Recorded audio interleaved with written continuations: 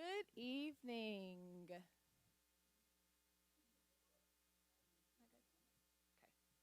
Good evening. It is 5:30 p.m. and I call to order the December 16th, 2025 Board of Trustees meeting.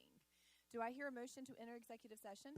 Madam Chair, I move to enter executive session to review employment recommendations and updates and to receive a general counsel litigation update.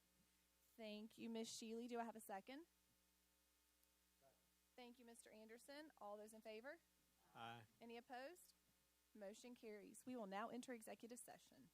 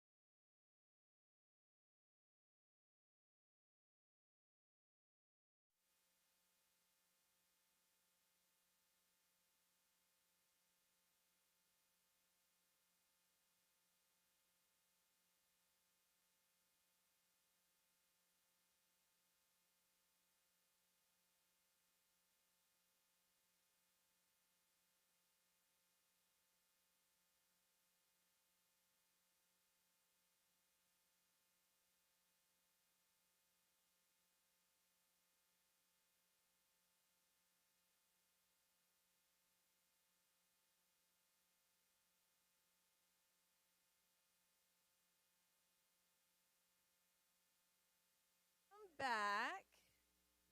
Do I hear a motion to conclude executive session? Madam Chair, I move we conclude executive session and return to general session. Thank you, Ms. Shealy. Do I have a second? Second. Thank you, Mr. Anderson. All those in favor? Aye. Any opposed? And the motion carries. I call to order the December 16th, 2025 board meeting. The district is in compliance with the South Carolina Freedom of Information Act by notifying the media of the date, time, place, and place of the meeting. The district tapes the meeting for accuracy in preparing the minutes. I now yield the floor to Mrs. Flashnick. Madam Chair, distinguished guests, please join me in the Pledge of Allegiance and then stay standing for a moment of silence.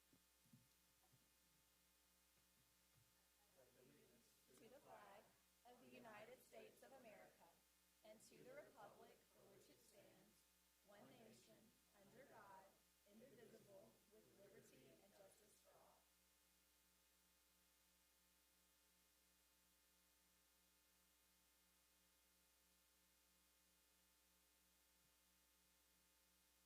Madam Chair, I yield the floor back.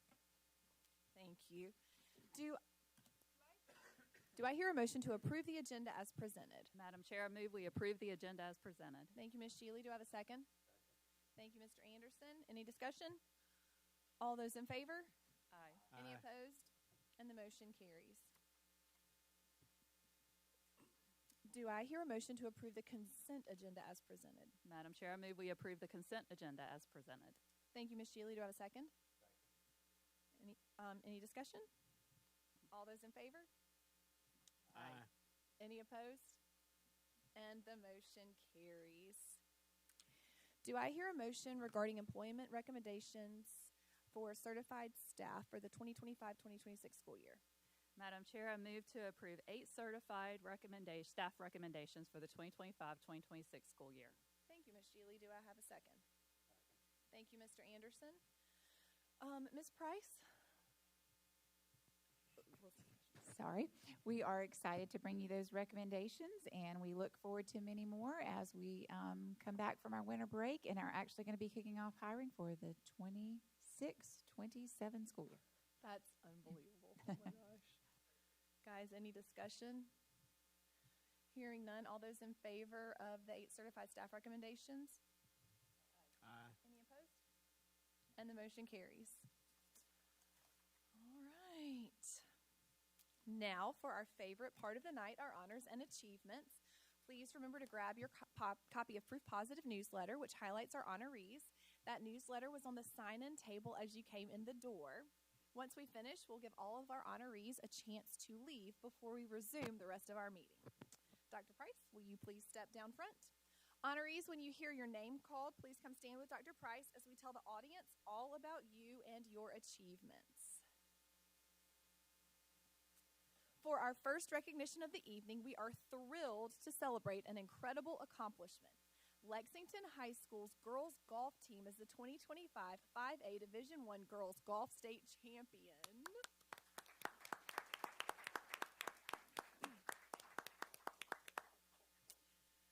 Please come forward as I call your names.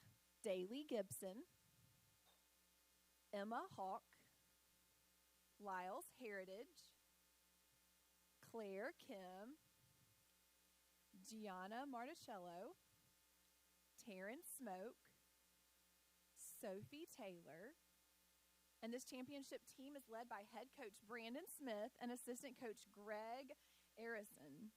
Coaches, please come forward to join your students. Here's a little bit more information. In a nail-biter finish, the Wildcats clinched the title by just 1 stroke, earning the 15th state championship in Lexington High School girls golf history. Congratulations to you, Wildcats.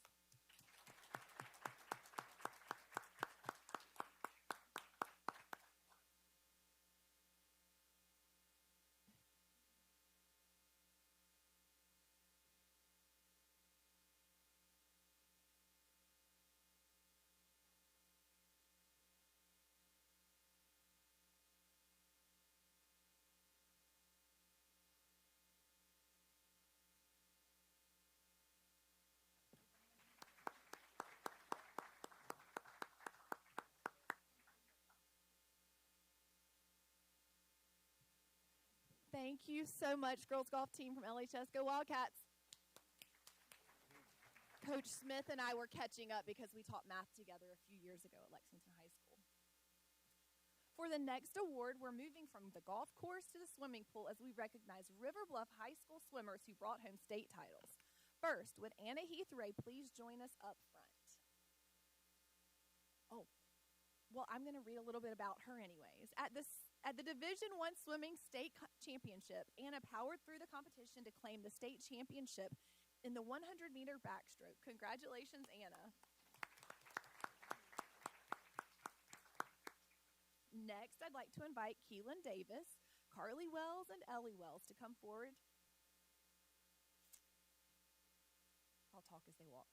This talented group delivered an outstanding performance in the 200-meter medley relay, capturing yet another state championship for River Bluff High. Matt Marr is representing the coaches tonight. Please come forward and join your swimmers.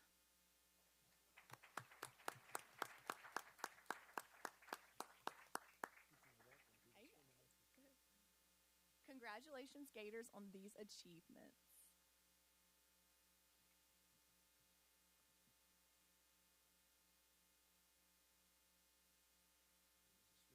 Oh, well, does he want a picture with them?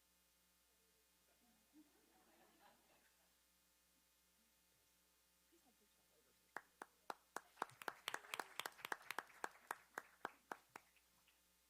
For our first staff award, would Erin Fitzgerald please come to the front? There she is. Erin, who is the district's coordinator for the academically and artistically gifted and talented, has been selected as the recipient of the Richard W. Riley Award from the South Carolina Consortium for Gifted Education. This prestigious honor recognizes individuals who have made significant and lasting contributions to gifted education in South Carolina. Those who strengthen programs, innovate curriculum, and dedicate themselves to supporting gifted learners across our state. Erin exemplifies all of these qualities and more. Congratulations, Erin, on this well-deserved achievement.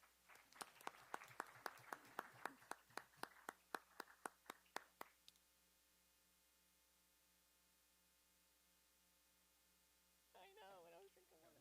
Oh, Erin.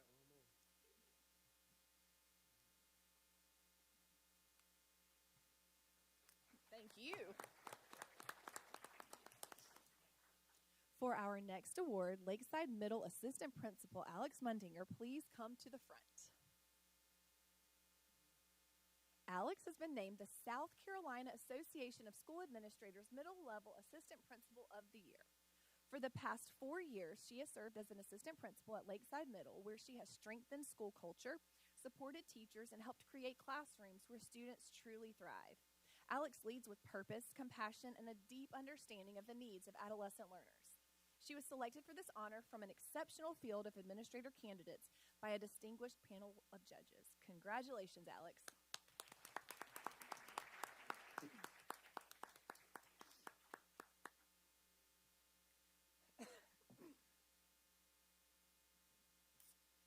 And for our last award of the night, we would like to congratulate our finance department on being recognized not once, but twice for their excellence.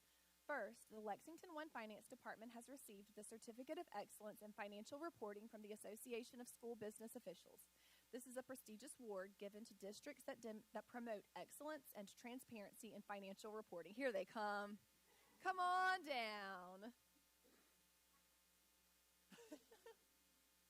Well, here you are.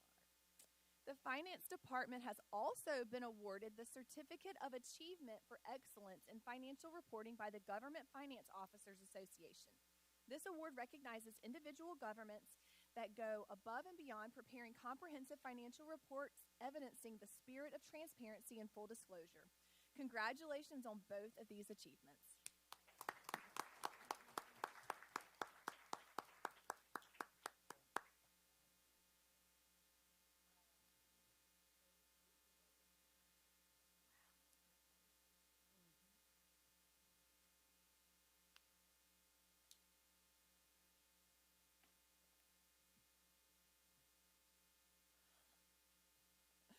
Thank you, finance team.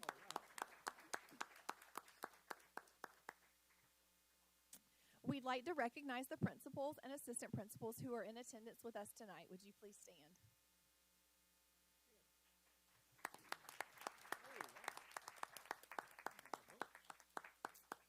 Thank you all for taking time tonight to help us recognize our amazing students, staff, and schools. We have some very talented individuals in our district, and we love sharing their achievements with you.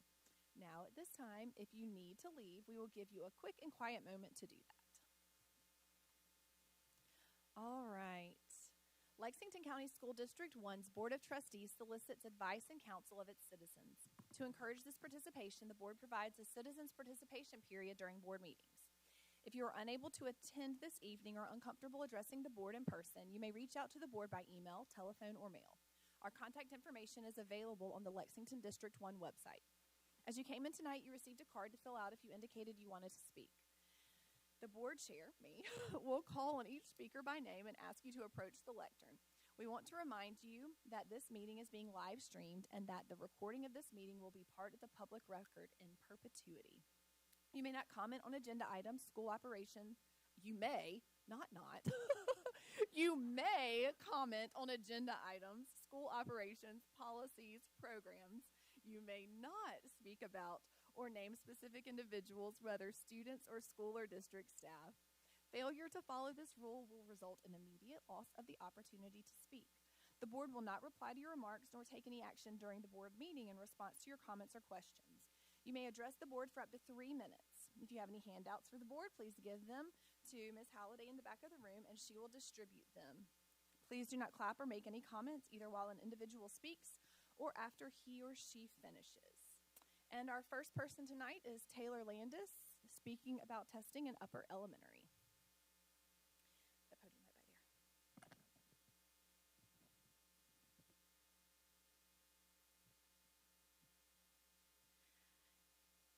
Good evening, board members and district leaders. I'm here tonight because we're watching something change in our children, and we can't stay quiet about it. I want to be clear about what this is and what it's not. This is not about changing the words of testing quizzes to majors and minors. It's not about switching grade level labels to letter grades. Those are surface changes. The real issue is the volume of assessments being required at the district level and how that volume is affecting young kids and teachers trying to serve them. This is not only showing up at school, it's also showing up at home. After spending 7 hours at school, many families are going home and still facing homework that takes hours. Because there is not enough time for classroom instruction and practice when the schedule is packed with testing. That is not normal workload for an 8, 9, or 10-year-old. It's exhausting. It is causing stress in homes that are already trying to do everything that's right for their children. In 3rd grade alone, students have had 55 assessments so far this year. 4th grade students have had 46. Those totals do not include required retakes for math and ELA majors when students do not score above a 70 or iReady testing.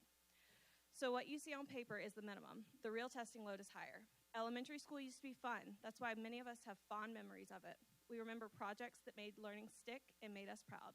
Building a volcano, creating and publishing a book, creating a 3D ecosystem. Those experiences are not extras. They were how kids learn to love learning. That's not happening now because there's no time. The pace has become day 1, introduce it, day 2, rush to mastery, and day 3, test and move on. For 8, 9, and 10-year-olds, that's not how information is retained, and it's not how you build deep understanding. This is not how you keep children engaged. Instead, many students who used to love learning now dread it. They feel like they're being measured constantly. Some are being forced to test almost every day, sometimes twice a day. This is killing the spirit of these kids. When children begin to associate schools with pressure and failure, they shut down. Confidence drops, motivation drops, and then test scores drop, not because kids are incapable, but because they're discouraged.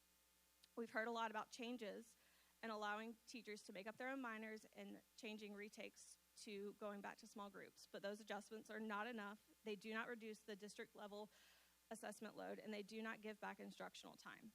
We need district level limits on how many required assessments can be given in a week. We need protection for instructional time so teachers can teach deeply before students are tested again. We need fewer district mandated assessments in upper elementary. The damage is real and it's happening now. The district is failing these kids and families in it every single day.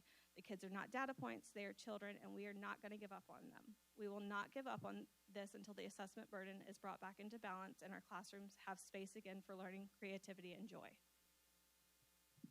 Thank you, Ms. Landis.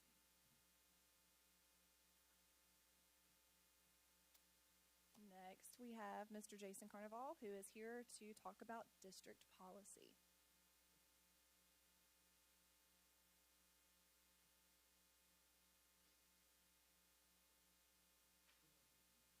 In the green and red in the back. Well, there's lots of people in green and red. Sorry, that was not very clear. That's just for you all to see and have so you know what I'm talking about.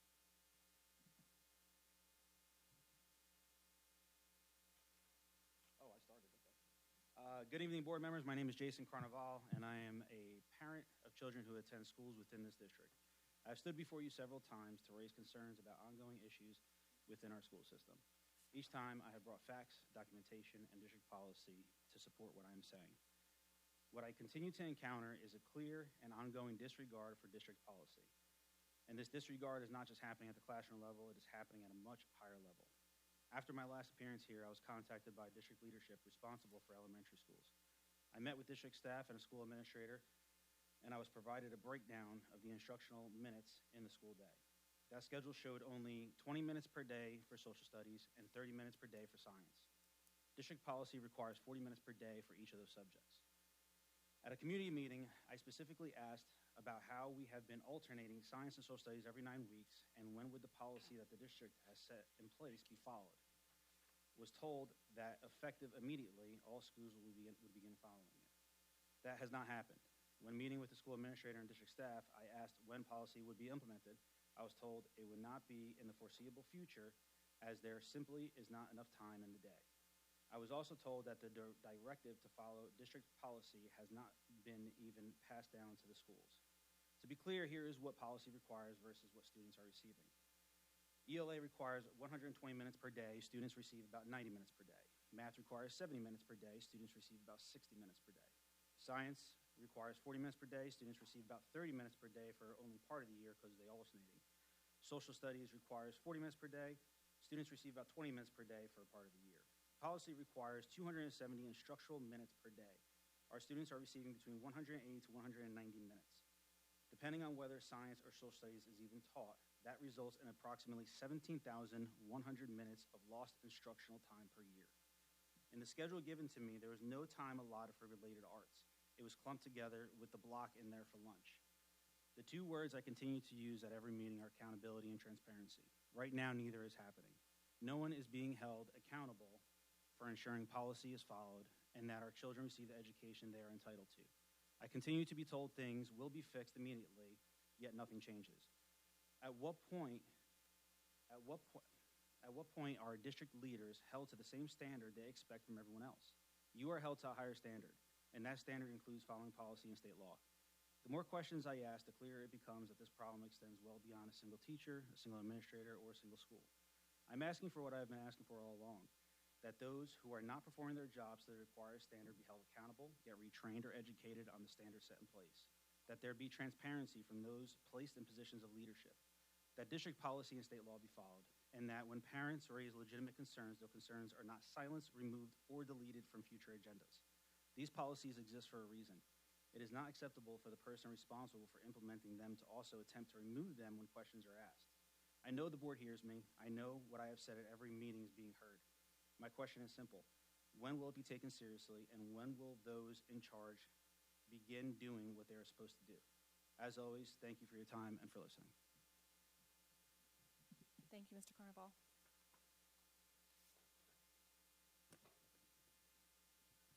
Next, we have Renee Freeland, who's here to talk about too many assessments with the classroom.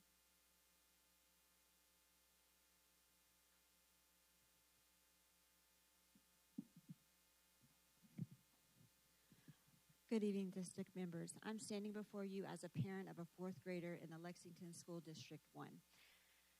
I'm here tonight to let you know that my child's demeanor has completely changed. She cries every day after school and shares with me how many tests she's taking, and the demand of learning is too intense.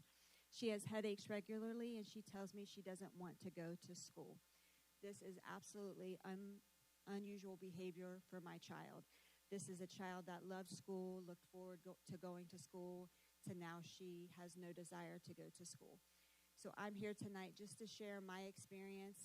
At this point, my husband and I are strongly considering homeschooling because we'll do whatever it takes to get our girl back, to be able to see the assessments and allow her to learn on her own timing and to take this demand off of her.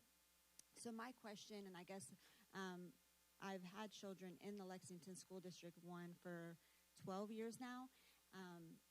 The child that I'm talking about now has been at the school since she was in kindergarten. For me, my question is where has the change occurred? Why wasn't it like that last year, but it's like that this year? And really just would love to hear the changes that we need to make this better. Thank you.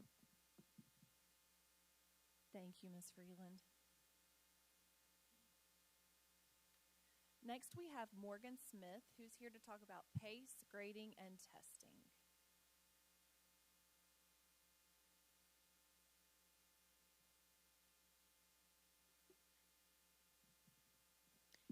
Hey, I'm Morgan, and my child is a fourth grader. I went through all 12 years in Lexington 1 schools and pretty vividly remember how my school years were, but I don't feel like my child has the same experience. Up to this year, my daughter has thrived and looked forward to going to school, but as of this year, that's not the case. When it comes to testing, I have reviewed every single graded paper she's received, and some of the tests she's taken are worded well above her age range with tricky questions, which I've even heard a few teachers admit themselves. Some minors have only been 6 questions. With a 6-question minor, you're setting these kids up for failure. When minors can't be retaken and they're worth 40% of their grade, they must do well on them or they'll decrease their grade significantly. So much so that my child's 99 on a major, which counts 60%, did not increase her overall grade even 1 point. When I was in school, our average included tests, quizzes, homework, classwork, projects, participation, and even an occasional chance at some extra credit points. Many things factored into our grade that gave us a little bit of leeway in case we didn't do well on a test. When they're only able to retake math and reading majors and there are absolutely no additional grades being factored in, the pressure and stress of doing well increases exponentially. Up to this school year, my 9-year-old has never had test anxiety, and now she does. Though she knows the material, she's so worried about getting one wrong, not finishing fast enough, or overall not doing well that she panics. Her teacher has agreed that she and many other classmates suffer from test anxiety, and it shows. I'm all for having real grades before middle school, but the grading is completely unfair. For a district that has always been at the top of the list academically, the grading, the way that it's set up, is about to tarnish that elite status. With that being said, the sheer number of minors, majors, and standardized tests that from as early as August 12th, just 1 week and 1 day into the school year through today, my child has taken 59 assessments, and that does not include 3 additional retake opportunities. They have been in school approximately 83 days, and breaking that down computes to approximately 1.5 per day or 7 assessments per every 5 days. If these children are taking that many assessments, where's the instructional period? With the push to have so many assessments, it causes the teachers to have to rush through teaching, which does not allow the kids to ask questions, review the material to ensure everyone understands, apply it, and let it sink in before they're being tested on it and moving on. Because the pace is so incredibly fast and it builds on itself, if a child doesn't understand, they're quickly left in the dust and fighting an uphill battle to dig themselves out of a hole. Not only that, but they have been in school for 7 hours each day with just 3 hours of downtime afterwards, and they deserve to be able to relax, play, imagine, and create.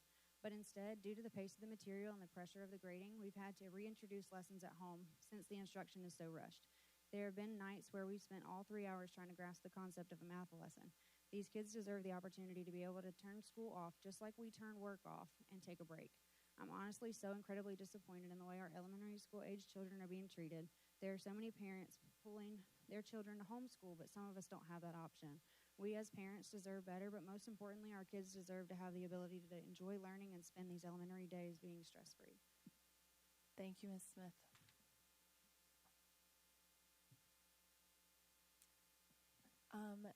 Next, we have Ariel Myers, who wants to talk about curriculum.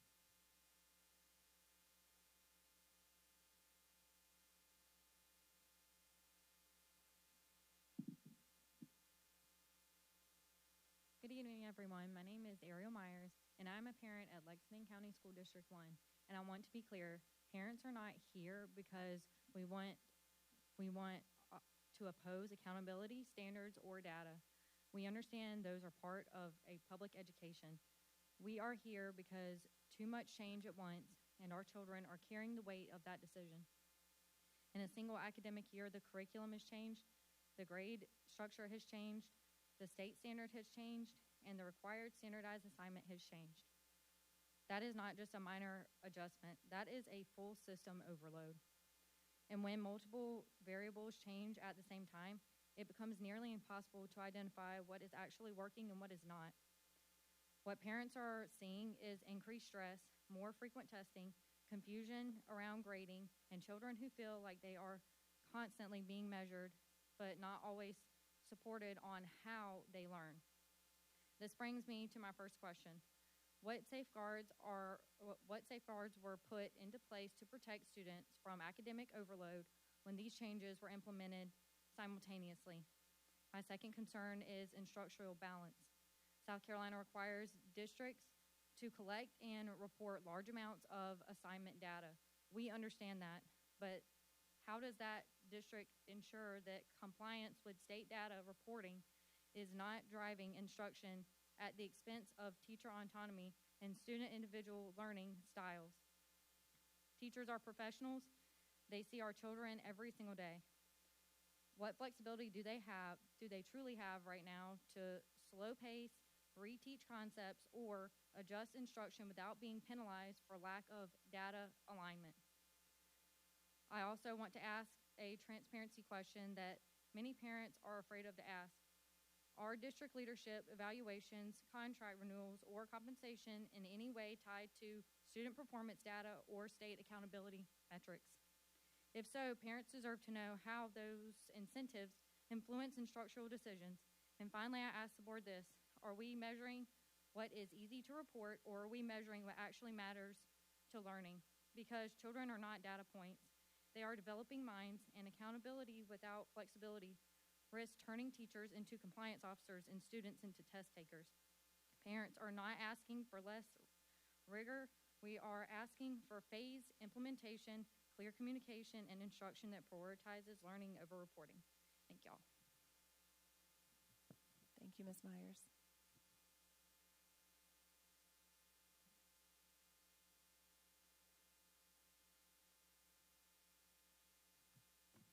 All right, board, we are moving on to new business.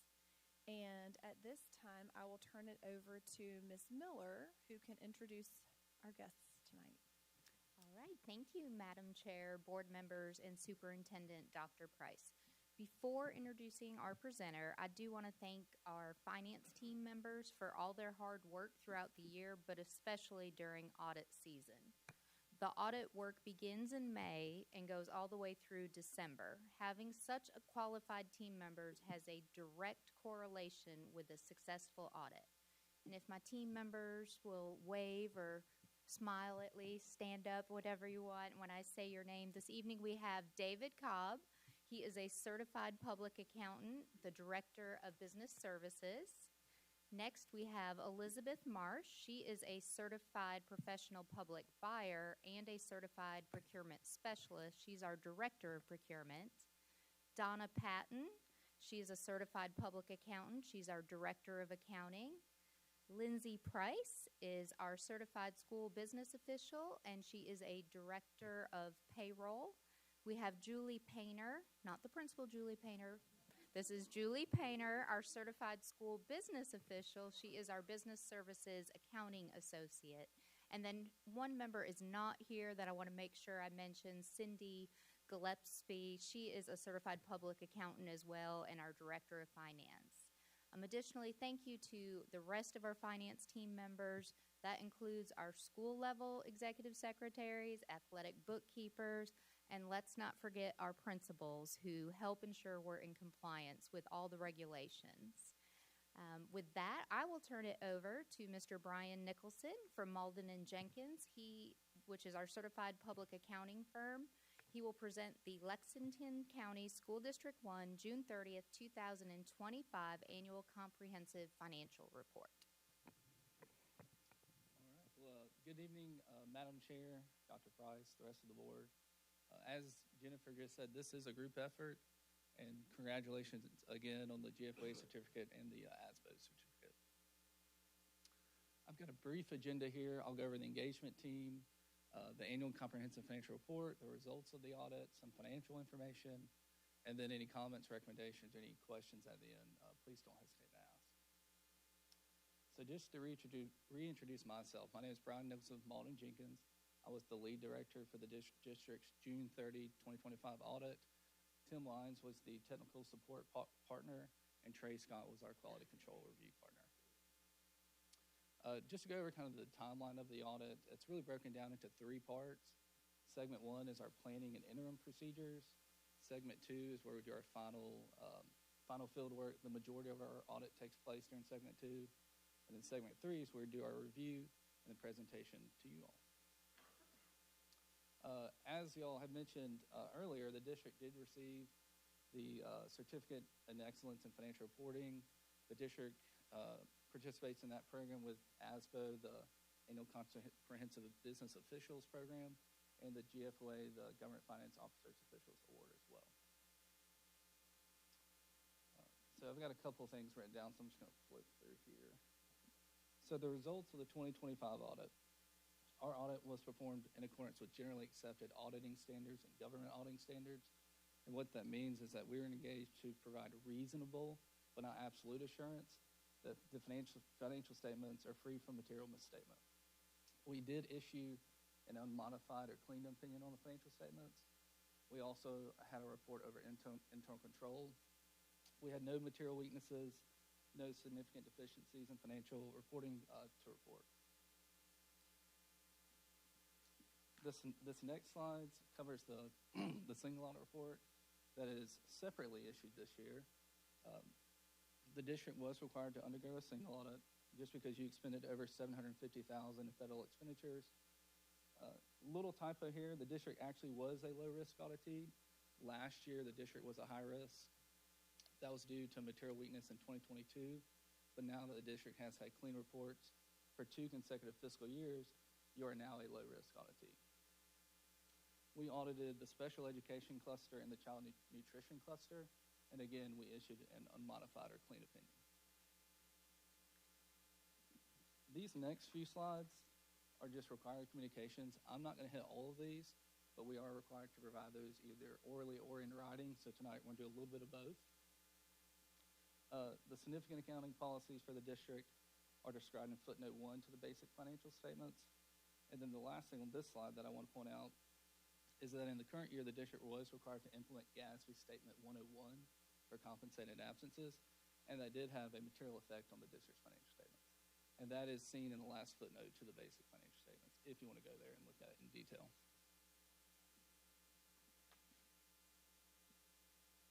The main 2 bullet points I want to point out here is the relationship with management and audit adjustments.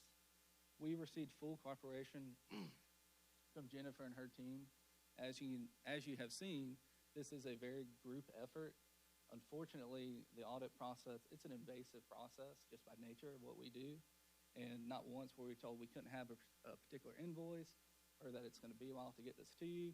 They were very responsive and really made our job a lot easier to conduct this audit. So thank you all for that.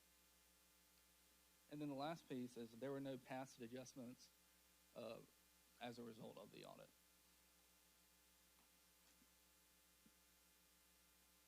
So this slide, I want to point out auditor independence. Our professional standards require that we maintain a level of independence throughout the audit process, and we did maintain that level of independence. So these next few slides are going to really hit on the general fund of the district, the main operating fund of the district. This slide, the light blue, I know it's hard to read, is revenues and transfers in for the general fund, and the dark blue is expenditures and transfers out. And you really like to see these about break even, which is kind of what happened over the last 5 years. Expenditures slightly exceeded revenues and transfers for 2025. And if you look here, this is fund balance as it compares to total expenditures and transfers in or transfers out. Total transfers out were about $380 million for fiscal year June 30, 2025. Fund balance was $114.6 million. Of that, that's about 30% of annual expenditures and transfers in fund balance.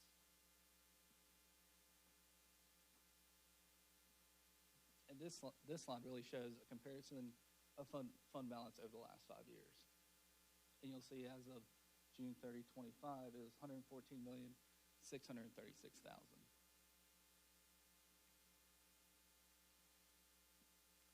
So this last slide shows a percentage of fund balance as a percentage of current year expenditures.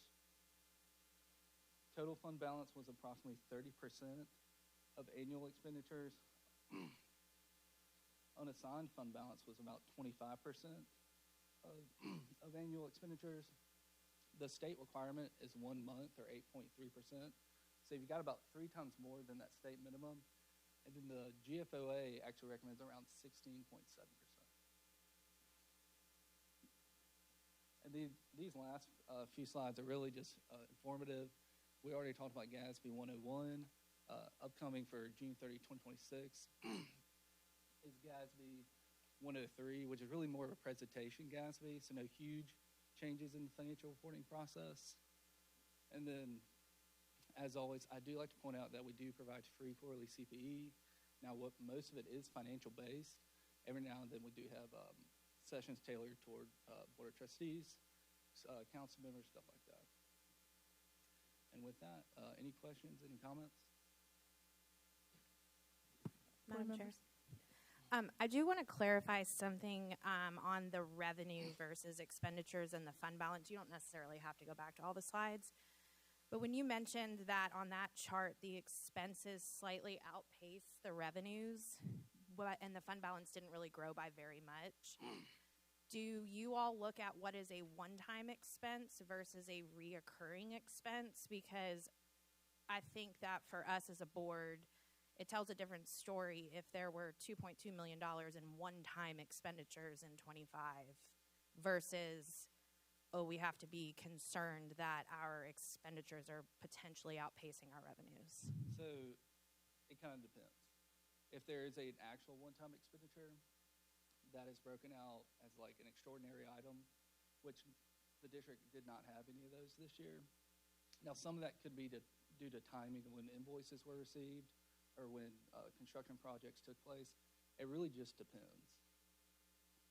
Ms. Miller, could we clarify that? Because I was under the impression that we had a little over $2.2 million in fiscal year one-time expenditures for facility study, demographics study, and the IT warranties. I'll get you those exact numbers. That is going through the fund balance, and you'll notice the fund balance amount changed in the assigned category, but I can get that breakout for you.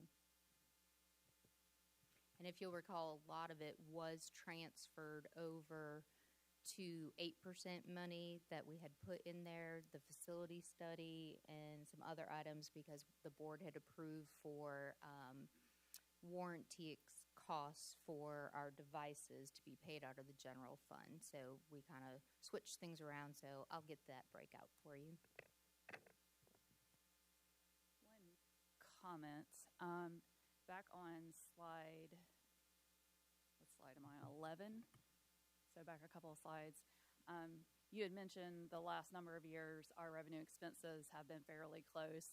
And I don't disagree with that, but we had a concerted conversation, particularly after last year, that we wanted them closer. Mm-hmm. And so I do want to point out that in 2025, our revenue to expenses were closer, which was a goal of ours, which contributed to slide, I believe it's 13, when you look at our fund balance. Okay, 12, but also 13 paints the picture as well. We didn't want that fund balance to keep growing and growing and growing. We wanted to kind of broke even. Level it off. So you did about as good as you can to try to get there. So. Yep. So just kind of wanted to point that out, that it was a goal we worked towards, and I think we accomplished that. So thank you, Ms. Miller, and your team for that work. Board members, any other questions or comments for Mr. Nicholson? Thank you so much. Y'all have a good evening.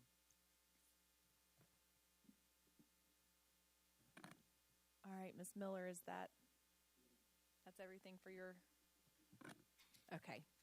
All right, we are going to move on to the LCCMHC, School-Based Mental Health Therapist Program Evaluation. So Dr. Shane Phillips, I'm going to, oh, you're already up there. I'm like looking in the crowd for you. Going to turn it over to you. Thank you, Madam Chair, Dr. Price, members of the board. We meet again.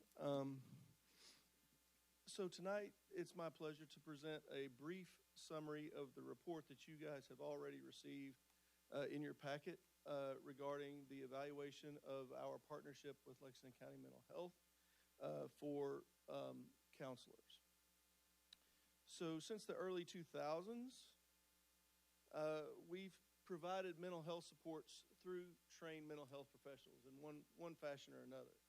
In 2008, when the economy went in the tank a little bit, those services were greatly reduced. So we have since partnered with Lexington County Mental Health for providers of mental health counseling. The purpose of this evaluation, of course, was to assess the effectiveness and impact, specifically the cost effectiveness of our partnership. So this partnership, there's a very distinct and demonstrated need across the nation now for mental health supports for students. About 1 in 5 students are now diagnosed nationwide with some mental health issue. School-based mental health services are a crucial part of treating these issues, and they result in fewer suicide attempts and better academic results. Locally, we had last year in 24-25, we had 696, so almost 700 suicide risk assessments in the district. Each of those takes about 4 hours to process, and so that's 2,784 man-hours approximately spent working through those assessments for students. This obviously is becoming a need that is outpacing the capacity of our school counselors. This chart is simply a summary by level of the number of suicide risk assessments by year for each level of school in the district. You can see the trend from 15, 16 to now is increasing. So I mentioned that this is mainly a cost-benefit analysis for the district's partnership.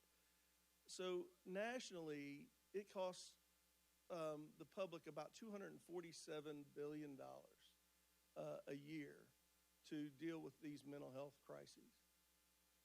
Our current partnership within the district costs us $360,000 a year.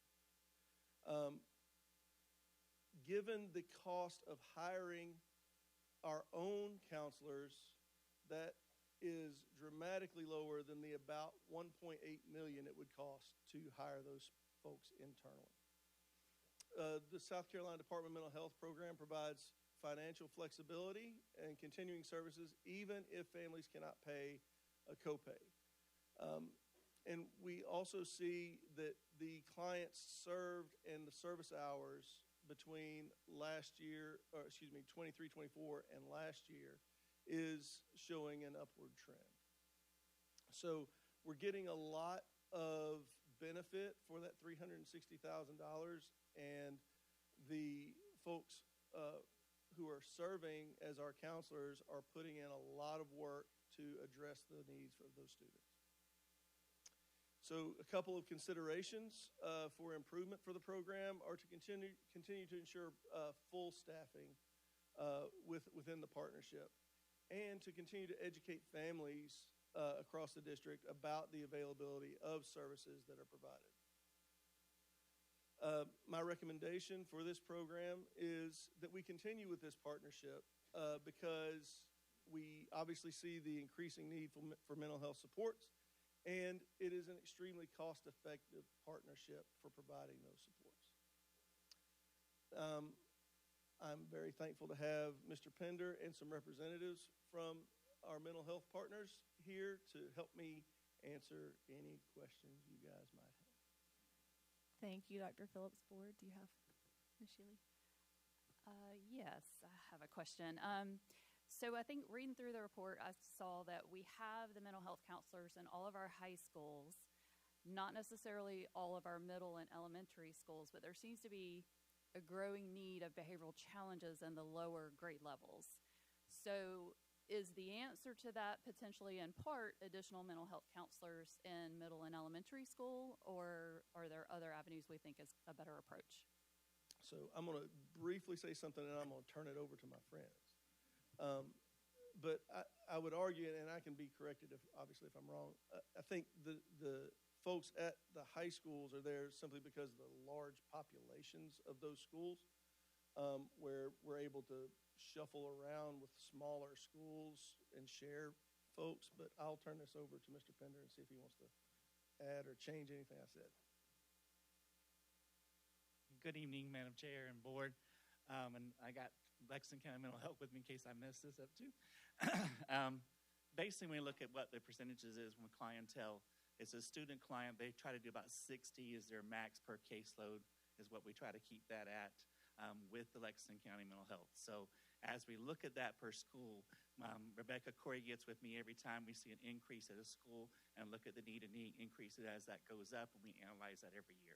So we take a look at that. So in schools, some of our mental health counselors are split between more than one school, whereas our larger schools have a larger population. Thus, you'll see our high schools have one Lexington County mental health person assigned.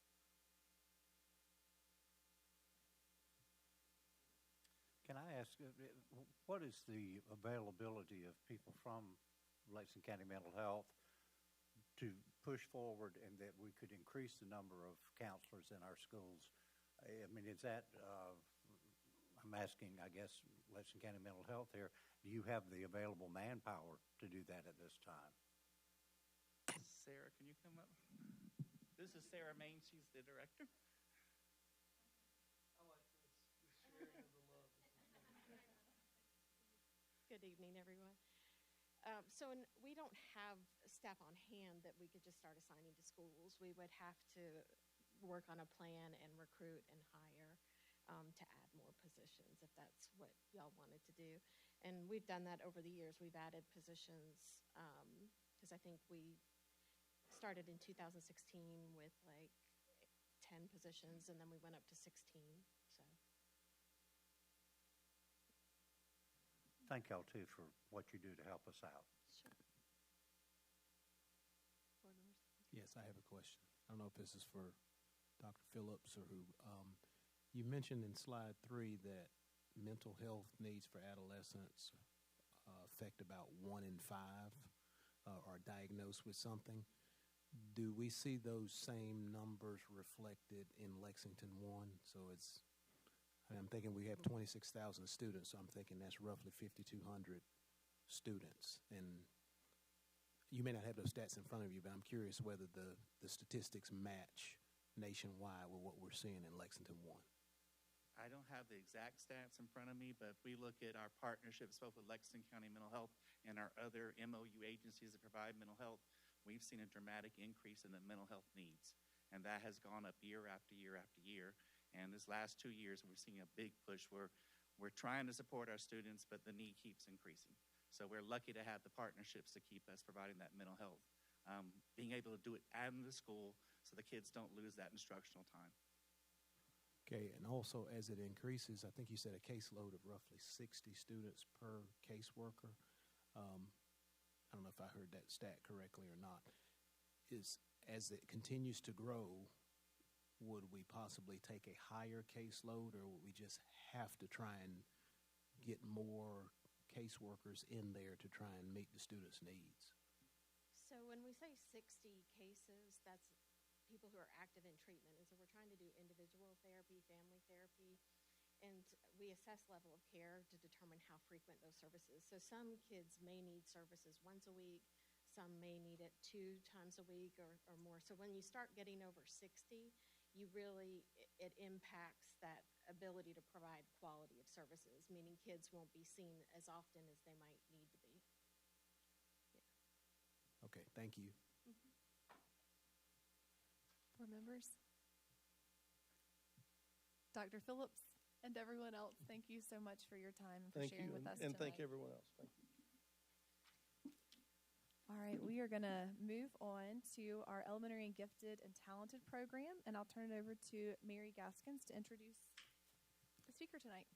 Thank you. This is our second year in a row doing academic features that highlight that first goal in our strategic plan, academic excellence and acceleration of student learning.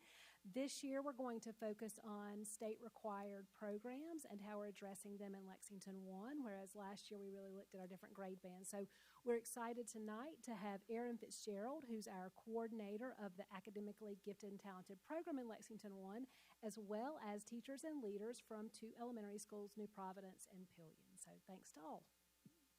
Thank you so much, Dr. Gaskins. Can you hear me? Okay. Madam Chair, members of the board, Dr. Price, thank you so much for having us here tonight. We were able to be here in August and share some of our data and our progress, but tonight we get to focus on our program highlights, and I have some of the experts with me, so I'm super excited. We have, with our programming, we really have 3 priority areas that we intentionally designed to support reaching our strategic plan goals. And those 3 areas are the expanded universal screening opportunities, which I'll speak briefly about with you tonight, and then talent development and collaborative approaches to services, which my experts will share with you tonight. So in looking at the expanded screening opportunities, the reason why that is one of our priority areas is we want to obviously expand access to as many students as we can for our gifted and talented program. And so with that, it's important to understand the dimensions that you have to assess in order to identify those state students, and they go by the state criteria, which is listed up here with Dimension A, which looks at our aptitude, and we utilize the COGAT for that dimension. Then we also look at Dimension B, which is a student's achievement, and we're able to utilize the Iowa testing, the iReady testing, and SE Ready testing each year. And then we have the Dimension C opportunity for students, which utilizes our State Department's performance task assessment, as well as we can begin looking at a child's GPA at the end of their 5th grade year. So the importance of all of that is the fact that Dimension A, the State Department pays for all 2nd graders across the state to take the COGAT. They don't offer it to any other grade levels after that or pay for that from the State Department. So many districts across the state, students only get 1 shot at that dimension. And so in Lexington 1, we work together to create more access and opportunity for our students by adding another COGAT administration to 3rd graders who have already met Dimension B, and then also adding a universal screener at the 4th grade level. And that allows teachers to take that data from the COGAT and help inform instruction for all students, but then it also does serve as another opportunity to catch those students that we want to make sure haven't fallen through the cracks. So by doing that in our district, we have grown our population of state-identified gifted students by 20% each year. So that is fantastic and allows us to get more students in front of the experts that I have with me tonight. And so Kelly Haywood from Pillion Elementary School and Forts Pond Elementary School is going to share with you tonight some information about talent development. It's a very big, broad topic, and we like to kind of narrow it down and look at it as a trajectory of the 3 E's, which is early exposure, experience, and then going into the secondary areas with that focus of expertise. So I'm going to hand it over for us to focus tonight on that early exposure to Kelly. Thank you, Ms. Fitzgerald. Good evening. Like she said, I'm Kelly Haywood, and I'm the Eagle teacher at Forts Pond Elementary and Pillion Elementary. And I'm going to speak to you tonight about how we provide early exposure to students through the Brain Booster curriculum. So Brain Boosters is a program that is implemented to address exposure and experience in the early grades. And Brain Boosters in 2nd grade is an 8-week program that begins at the start of the school year and whose purpose is to provide students with exposure to the types of thinking and reasoning associated with the COGAT assessment. COGAT is a Dimension A assessment that is administered to all students in grade 2 in the fall of a new school year. This assessment is one of the screeners used to identify GT placement for students at the entry point for service, which is in grade 3. COGAT consists of 3 batteries: verbal, nonverbal, and quantitative. Providing exposure to sample items associated with each battery is one of the focuses of Brain Boosters.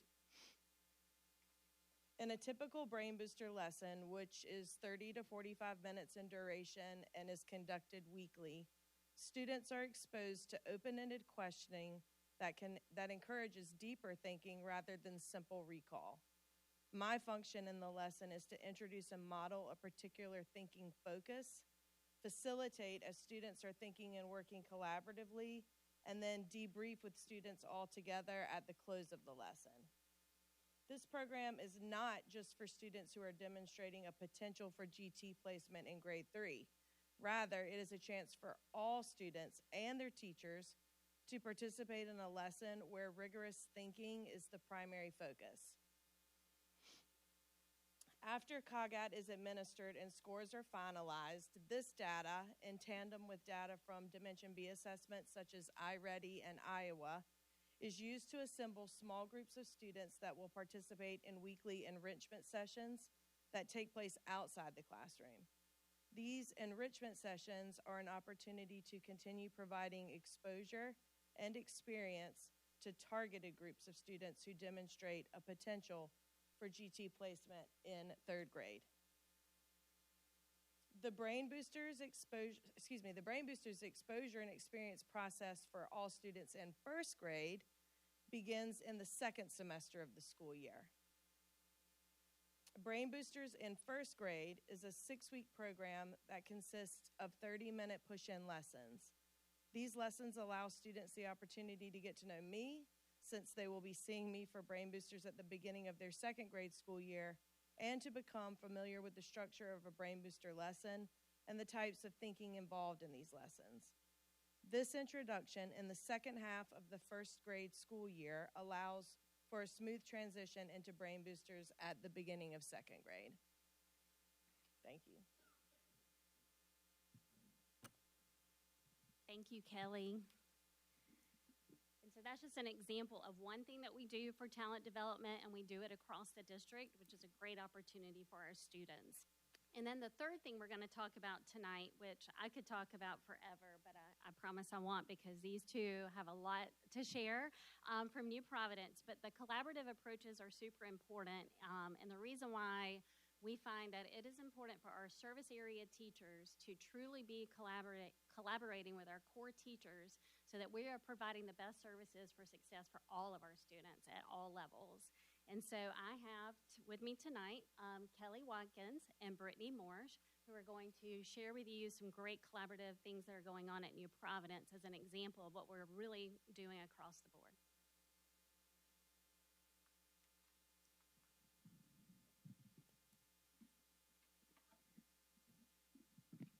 Thank you again for having us tonight. I'm Kelly Watkins, as mentioned before, and this is my partner teacher, Brittany Morse. We both serve as the GT teachers at New Providence. We really can't talk about our program without mentioning the collaborative efforts that help develop and provide opportunities to push our students to think critically and become resilient lifelong learners. The first being with us, the GT team. We collaborate to provide enrichment and acceleration with our students in 3rd through 5th grade with a weekly pull-out model. In addition to serving our students that have qualified, we also provide Brain Boosters opportunities for our 2nd graders. We provide talent and development opportunities as well for our early childhood students. And then we also support small group instruction during pause times with several grade levels based off needs.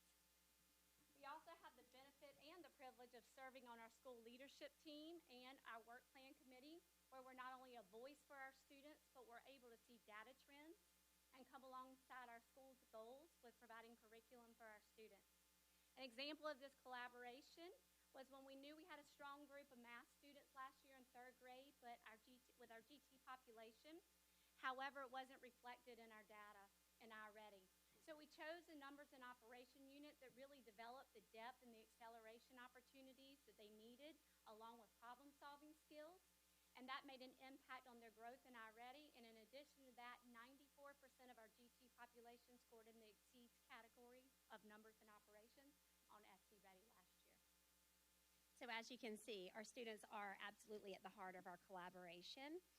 We have the opportunity to collaborate with our students. We gather information from them based on self-reflection, interest surveys, and then along with those individual strengths and needs that we know from data that has been collected, we're able to choose curriculum units to compact, accelerate, and enrich in their areas of gifts and talents. However, we also are able to come alongside of them in their areas of growth. The exciting thing is that it always comes back to that graduate profile as a foundation, and we are excited to be able to embed all of that throughout all of our lessons, projects, daily activities, so that we're not just teaching mastery of skills, but we're actually teaching lifelong learners to have application of those skills. Another impactful collaboration that we have is with our general ed teachers. We have ongoing communication with these teachers to see how we can help fill curriculum gaps and meet individual student needs that students are encountering in their classrooms. A specific need we addressed with our fifth graders was with written and oral communication. We often see that as an area of concern with our students.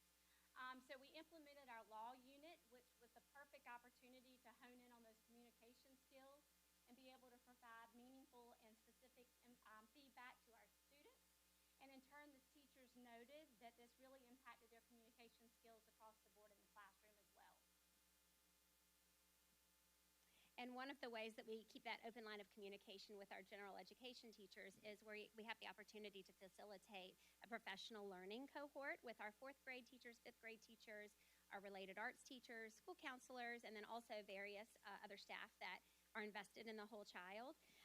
We use it as a collaborative book study. This is year 2 now that we've been doing it. We promote shared learning, and we introduce instructional opportunities for depth and complexity to really be embedded in the regular classroom, but also a toolbox of effective teaching strategies that can benefit all learners. And out of that cohort, we actually came alongside of our school counselors who helped meet the needs of our students socially and emotionally. A lot of our students' academics can be hindered due to anxiety and perfectionism.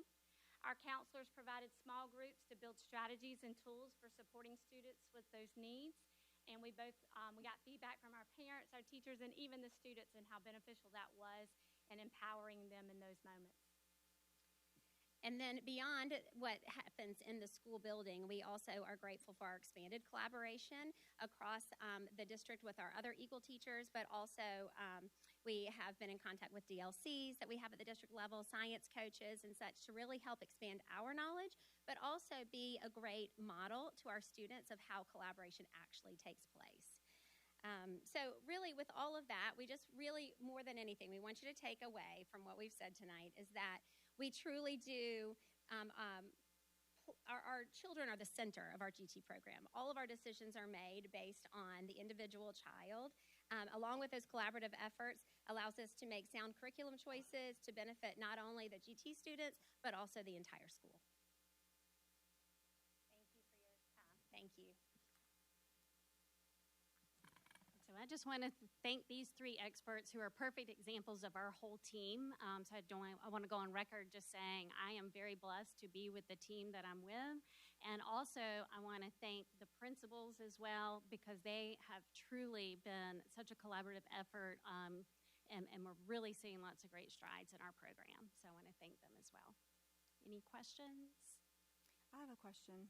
When you first started talking about the different dimensions for Dimension C in 5th grade GPA, how did you, now that we have different grading policies with 5th grade, how did you do that before? So that's a very good question. That is a state policy regulation to allow for us to take the GPA of the core courses to be at a 3.75 at the end of their 5th grade year. So unfortunately, several districts lost that check-off box to look at identifying students because they never came back. They're still working on how do you do that for districts they may not be giving grades. So before we switched from giving grades in 5th grade, we were using it, and now we're going to be going back to that. It's really unsettling, isn't it? I wish we could have our own guidelines, but that's why we're doing so much else and really trying to offer more of the Dimension A opportunities and all the other collaborations so that we Right. can always work outside Well, the now box. that we have grades in 5th grade, you can go back. You can Absolutely. That's another dimension that you can grab. Awesome.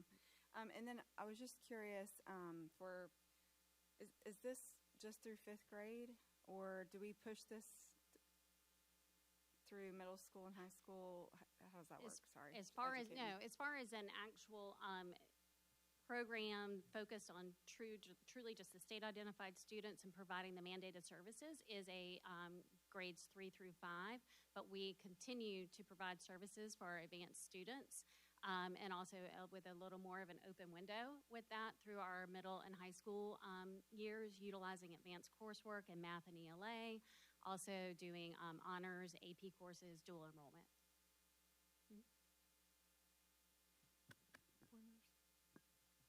Thank y'all so much for what you do. It's very appreciated. This is maybe not a question you know, but maybe you do. If not, I'll throw it up here to Dr. Price. Do we have the same resources at each elementary school for this program, or is it based on the number of students, or can you walk us through that? Yes. So there is a regulation with the State Department, Regulation 43220, that requires a certain ratio. So we do staff our programs at each school based on the number of students that we're serving alongside that ratio. And one of the greatest things that I love that we do is that all of the Eagle teachers come together monthly.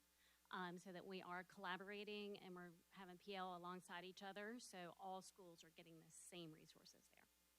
And so then since you said I think you've seen a 20% increase, is that year over year?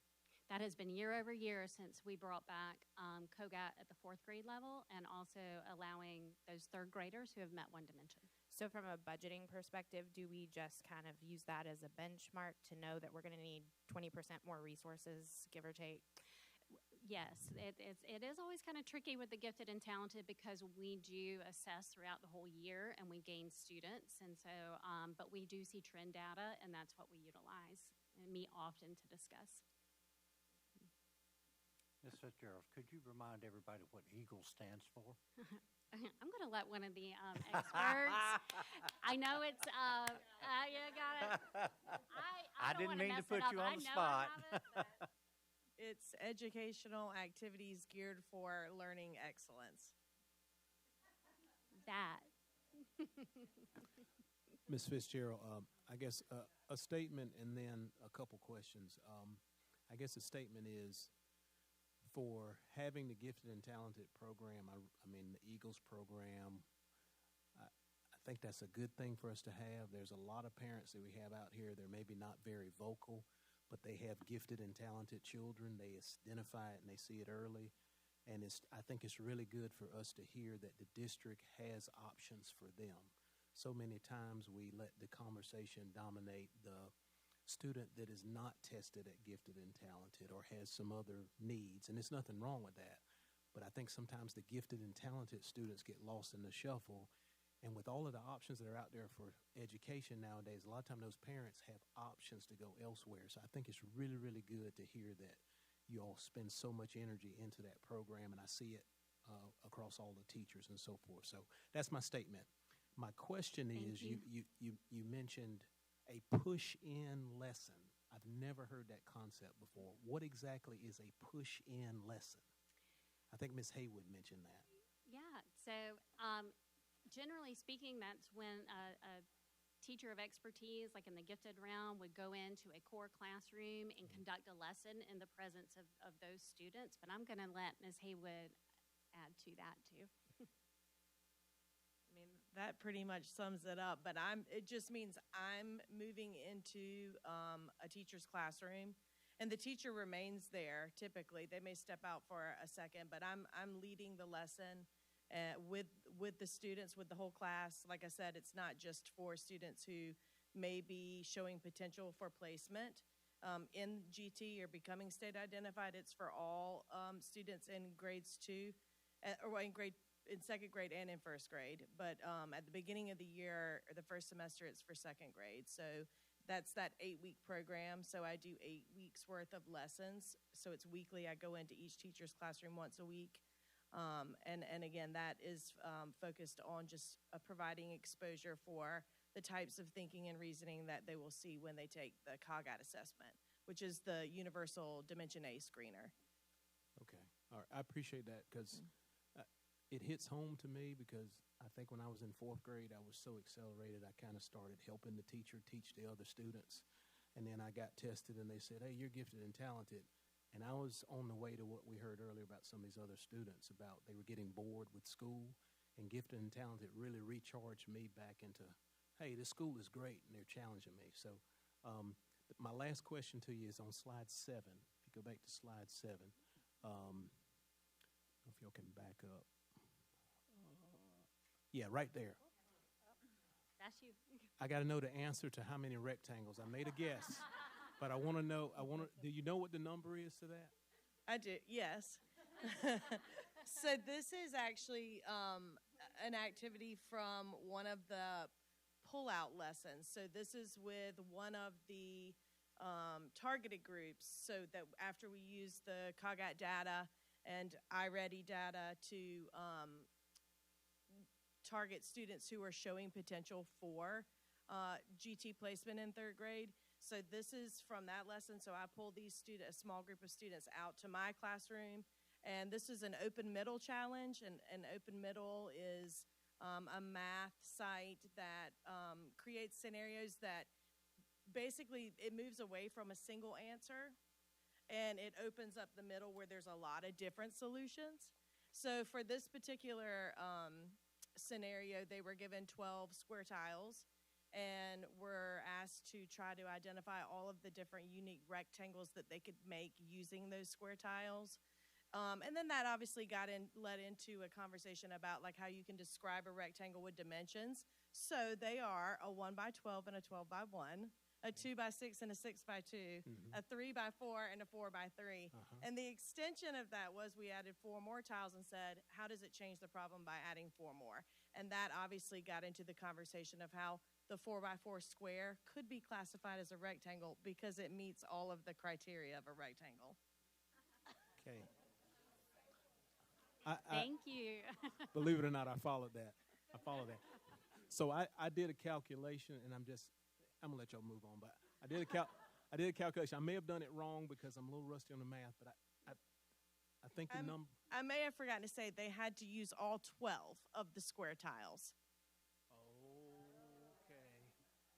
I think I came up with 24. And that was something we had to clear up, too, because, of course, they were making smaller rectangles. But that was a part of a constraint, was that they had to use all 12. Okay. So, Mr. Rice, what does your engineering say about that? I went through some permeations and started calculating. I think I came up with 24, but I didn't go back and double check. I'd have to go and look at the scenarios. But I was curious if there was an answer to that. So, at any rate, great job. Thank you.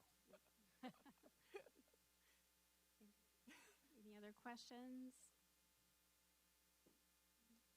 Thank you. Thank you for so much.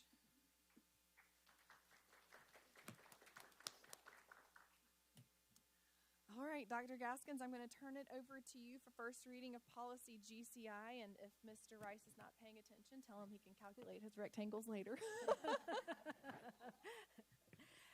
Thank you. So GCI responds to current state statute, especially the updated Read to Succeed legislation in the literacy skills training part of this these recommendations, as well as recommended revisions, Since the policy was introduced in a board brief, we have added a section about the district's professional learning plan, which establishes systemic procedures for the coherent design, delivery, and evaluation of district professional learning activities.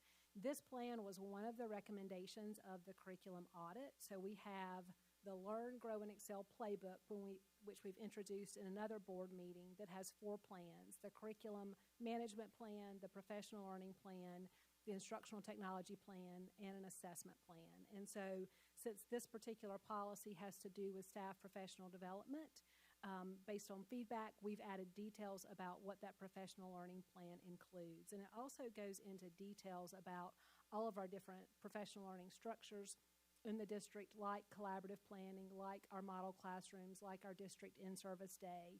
And so we're recommending that that professional learning plan be reviewed by the board alongside the 5-year district strategic plan and approved that way, like you added to policy IG recently for the curriculum management plan.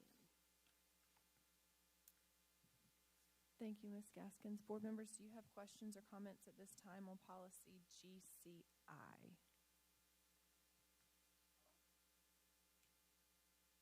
Okay. All right. Include plan itself. Are we going to discuss that separately? Are you, do you have questions on the plan at this time? No questions on the plan, but I did want to comment that this is great information, and y'all putting this together and increasing the transparency of what the expectation is in our curriculum and how it's trained and how there's a continuous improvement model in place. Just great job. Thank you for putting this together. Appreciate all your work and look forward to seeing how this evolves over time.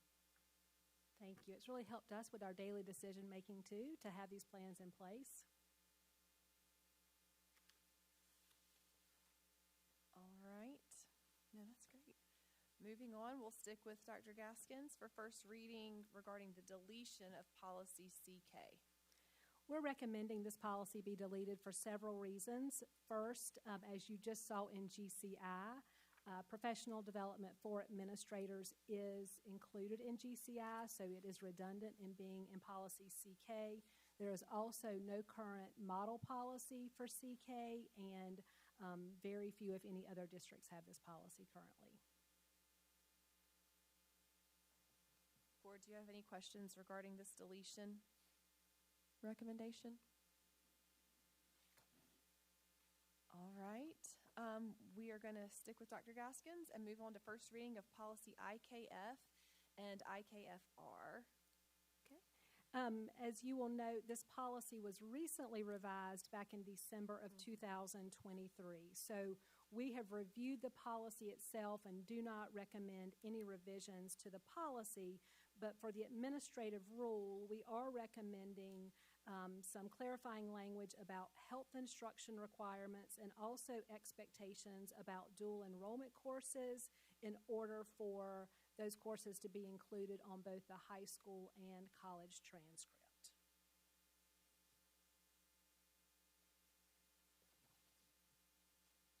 I did have one question about that. With the IKFR, I noticed that one of the things we added was the Emancipation Proclamation. Is that something that comes from state standards that required us to put that in policy, or did we do that ourselves? It actually is in state statute. So state statute requires that certain things be taught in our U.S. history courses, and that was not listed in the policy but should have been. Okay, thank you.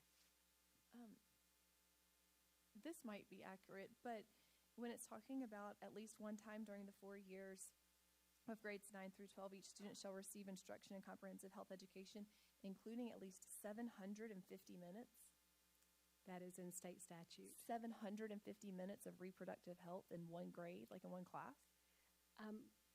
Mr. Calhoun, is... That just sounds like a whole lot. Oh.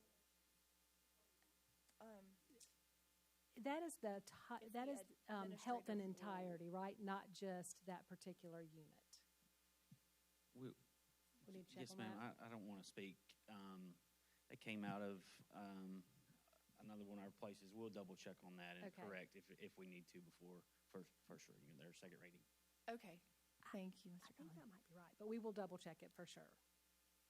Am I understanding it correctly, though? One time in high school. Yes. So one class in high school. Mm-hmm. Yes. in that class, so like a semester-long class, they'll receive 750 minutes of reproductive health education. So of the 120 hours, 750 minutes would be dedicated to that. Okay. Thank you. Sorry, I'm beating it.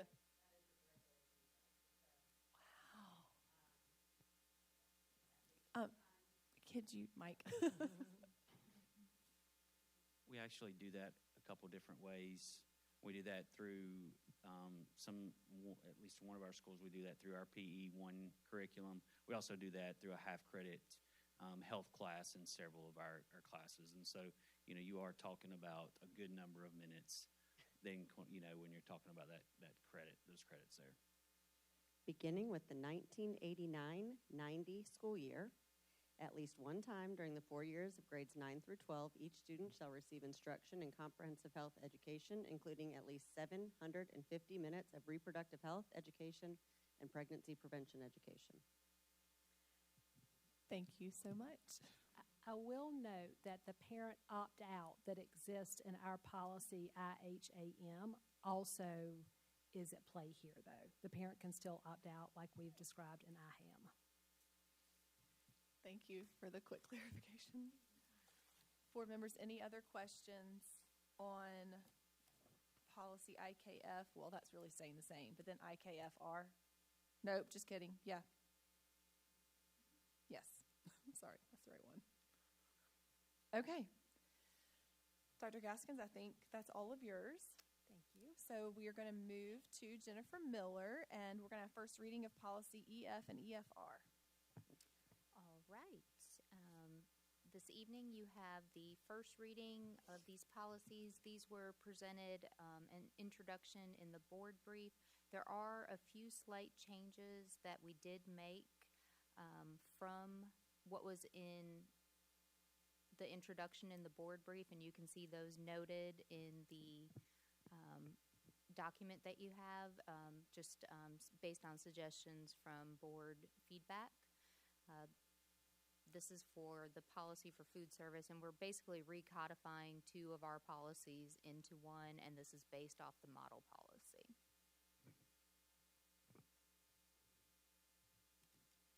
Board, do you have any comments or questions this time on the policy or administrative rule for food services?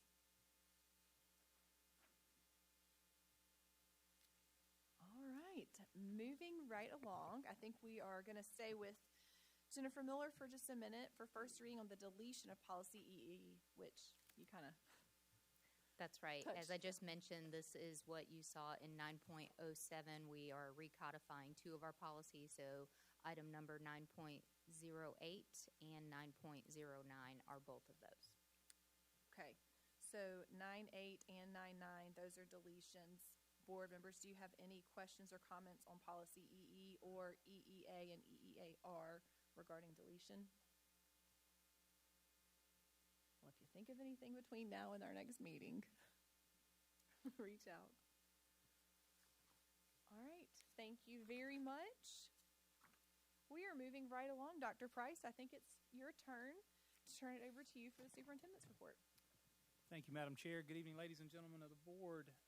Tonight I give you 4 quick updates on some really interesting points. First, I'd like to share some Ed Leader Promise guiding principles and where those come from. The Center for Educator Recruitment and Retention released a supply and demand report recently that shows some positive trends across our state. And we're seeing similar trends here in our own district. Recently, we had some questions about, and I know this makes some people uncomfortable just to say this word, but about guidance on reporting head lice. And then a board budget priority activity that you all participated in a workshop just a couple of weeks ago. First of all, I had the opportunity to attend the Ed Leader conference a couple of months ago to learn about the work that is really guiding what we're doing here in Lexington 1. And I found it very interesting that the very work that we're doing here is being promoted across the country. and to see some of the similarities and other collaborative work that is being done by school districts like ours and by districts unlike ours was very interesting. But this was the promise, and I thought it was important to share this.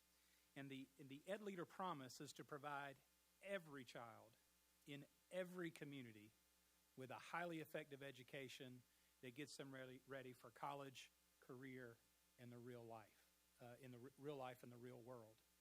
And they stress the importance of going beyond academic achievement. How do we do that?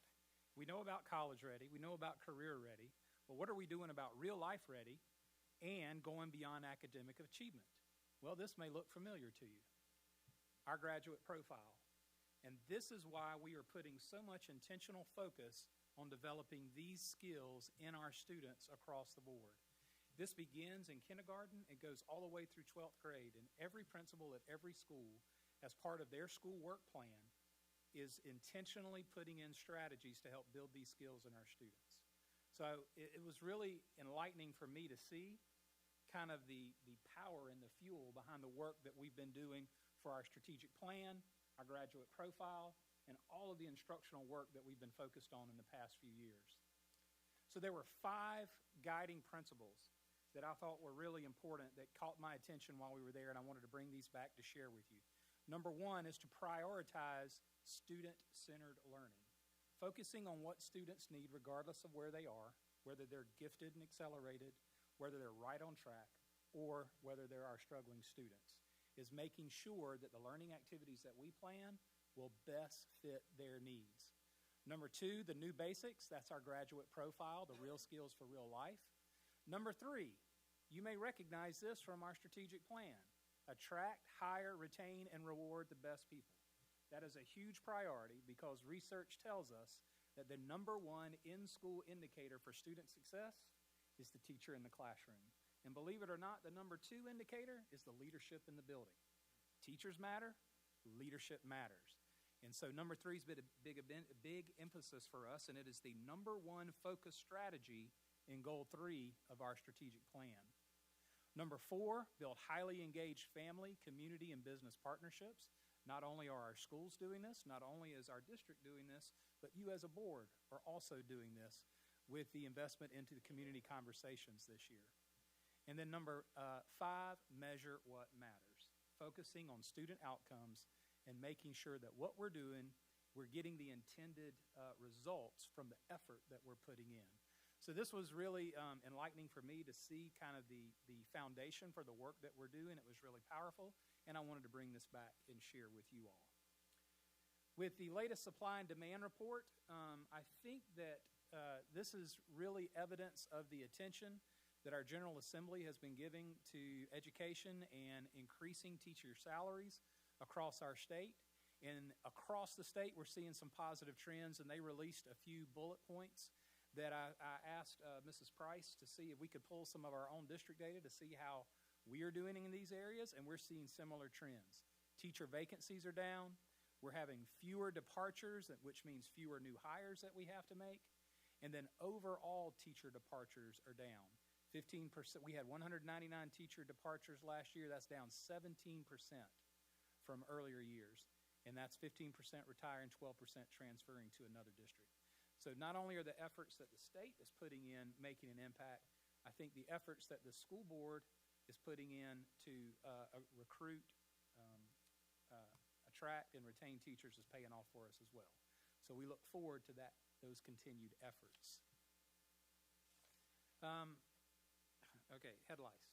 So whenever something like this happens, and it's an uncomfortable situation for anyone who's ever had to deal with it, we provide a document to every principal and every school nurse in our schools that talks about management. And management of head lice is based on South Carolina DHEC school exclusion guidelines.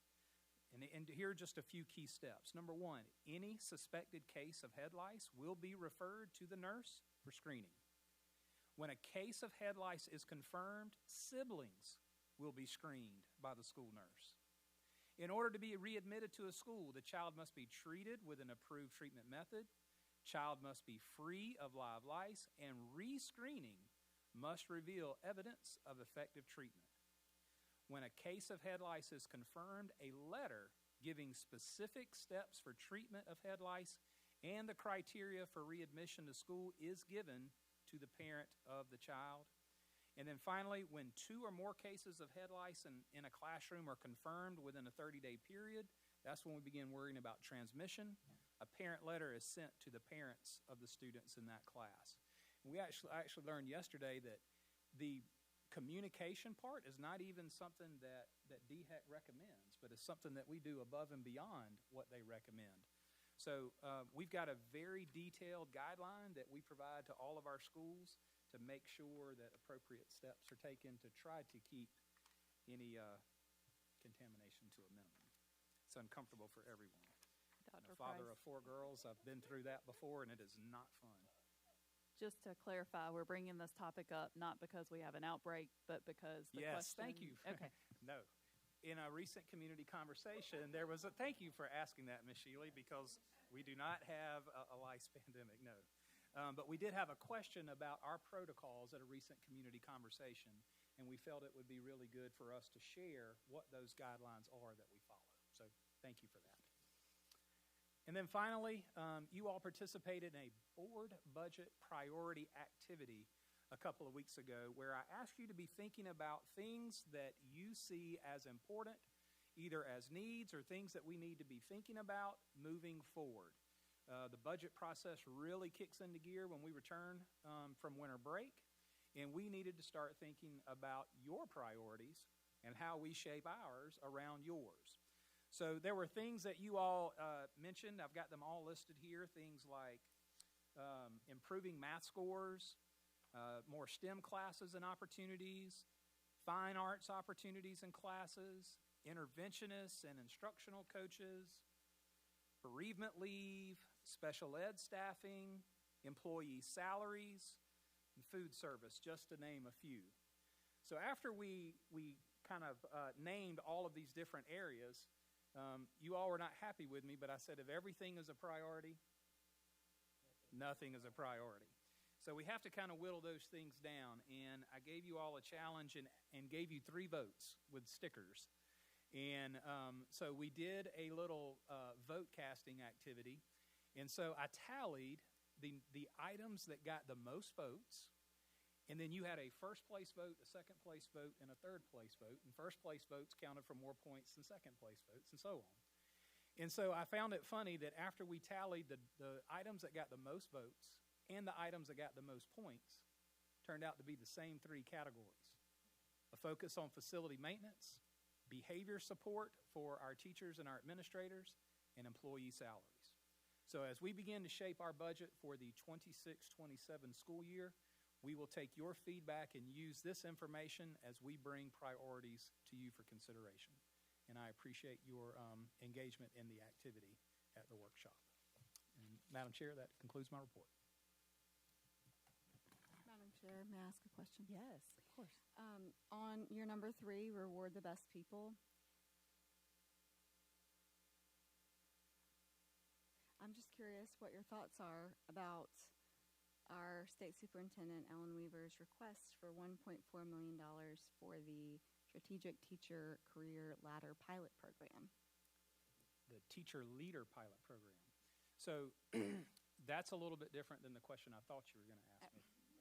So I can talk about the Teacher Leader Pilot. And so what that pilot is, to my understanding, and I haven't seen a thorough overview of it, but that gives teachers an opportunity to stay in the classroom but pursue leadership opportunities.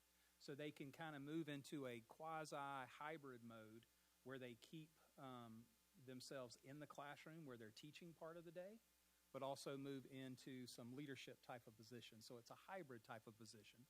And I believe that proposal is to explore bringing those opportunities to schools and school districts. And I am in favor of that. I think more opportunities to keep our great teachers in the classroom is a win for all of us, especially our students. Board members, any other questions for Dr. Price? All right, Ms. Miller, I'll turn it over to you for our finance report. Yes, This evening we have the general fund revenue and expenditures as of November 30th, 2025. You can see here that our revenue is approximately $110 million. 80 million of that is state revenue, 11 million is transfers, and approximately 18 million is local revenue.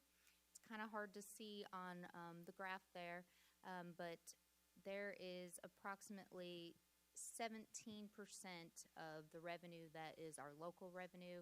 Again, that is going to continue to increase, especially in the month of January, and that should get closer to the 37% of total revenue that is budgeted. Next, I'll go moving on to expenditures. There's approximately $144 million of expenditures. Our largest category there of expenditures is going to be our salaries and benefit. Again, that's about pretty close to 90% of our budget. Right now, it's at 83% of that, of our total expenditures. And then we've got our other expenditures. They're listed approximately $5.7 million of supplies and capital, $1.7 million in our other category, $1 million in transfers, and approximately $13 million in purchase services. We now have the fund balance as of November 30th, 2025. You can see I've added our line there to show our projected, the difference between our actual amounts and our projected amounts. Now that we've completed the June 30th audit, we have trued up the fund balance in the category this month, and so you can see that in there. And so there's barely a difference from last month, and that's the offset of what the actual change for the month was, plus that adjustment to true up for the audit. Still looking on target for using approximately 11 million of the fund balance. So we're at our lowest point these next couple of months, and then we'll see the trend where we go upwards. Then taking a look just at the unassigned fund balance, again, we're below what the annual requirement is of the 16.67%. But again, that is not an indication of where we'll end up at June 30th, and I do expect us to be closer to where that indicator is. Again, these next few months, they're projections. The amounts are going to change. This is just based on if things went evenly and consistent with last year. Are there any questions before I move on? Okay. I'm just curious, when you said, I think it was the previous slide, sorry, but did you say 83% in salaries? I was trying to read the percentage down there. It's hard because I don't have the same slide open. Let me get that. So 85.3. 85.3% is where we are right now. 85.3% of all our expenditures through November 30th are in salaries and benefits. And we'll see that amount go up closer to 90% as we get towards year end. Part of that is because you'll have your annual retirements and your leave payout amounts, stipends that are paid at different times throughout the year. So you'll see that percentage go up as we get closer towards the end of the year. Is there, once we get closer towards the end of the year, is there a way to break out just our teachers' salaries? Absolutely. As a percentage, and then like that number, and then also like district salaries? I'm just curious. Absolutely. Okay, cool. Thanks. Any other questions? And then the last slide here, we have our procurement report. We have our number of transactions, which were 1,157, and approximately 54 of those were classified as unauthorized and have been properly ratified through the finance department. And that completes the finance update. Board members, any further questions for Ms. Miller? And you have lots of other information in your packet for your review. All right. Hearing none, we will move on to action items. Do I hear a motion regarding the Governor's Executive Order 2025-40 on contracts and minority business preferences?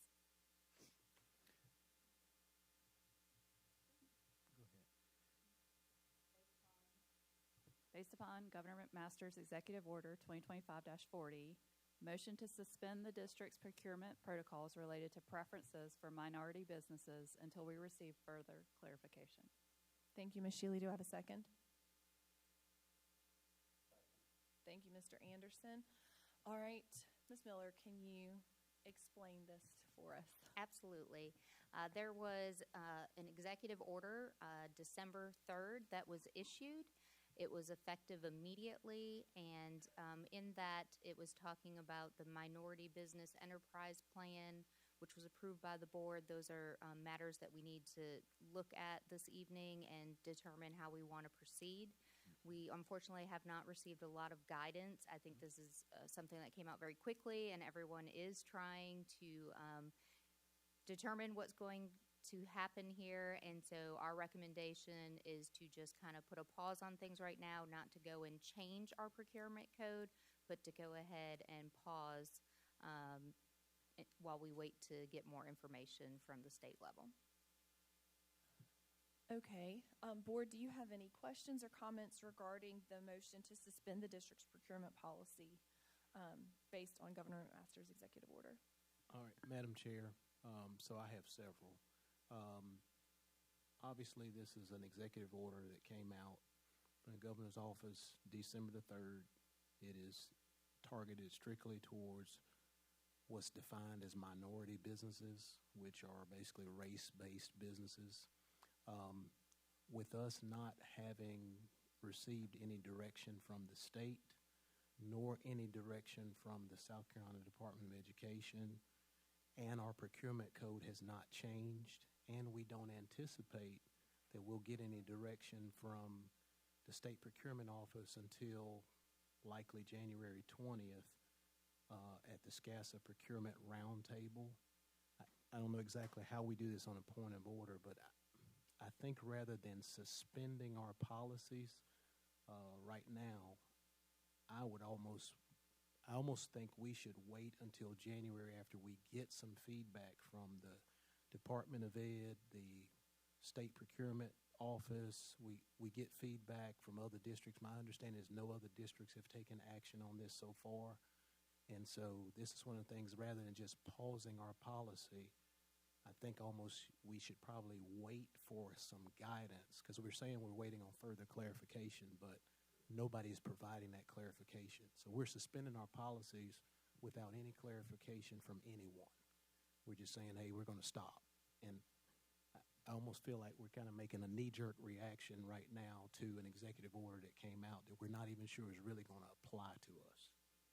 That's just my feedback. I don't know the proper way to do that, but that would be my intent would be to maybe we talk in January and we decide after we get more guidance from some of the powers on high.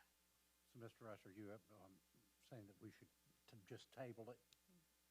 Yeah, I think if we could possibly table that. I see no harm in that.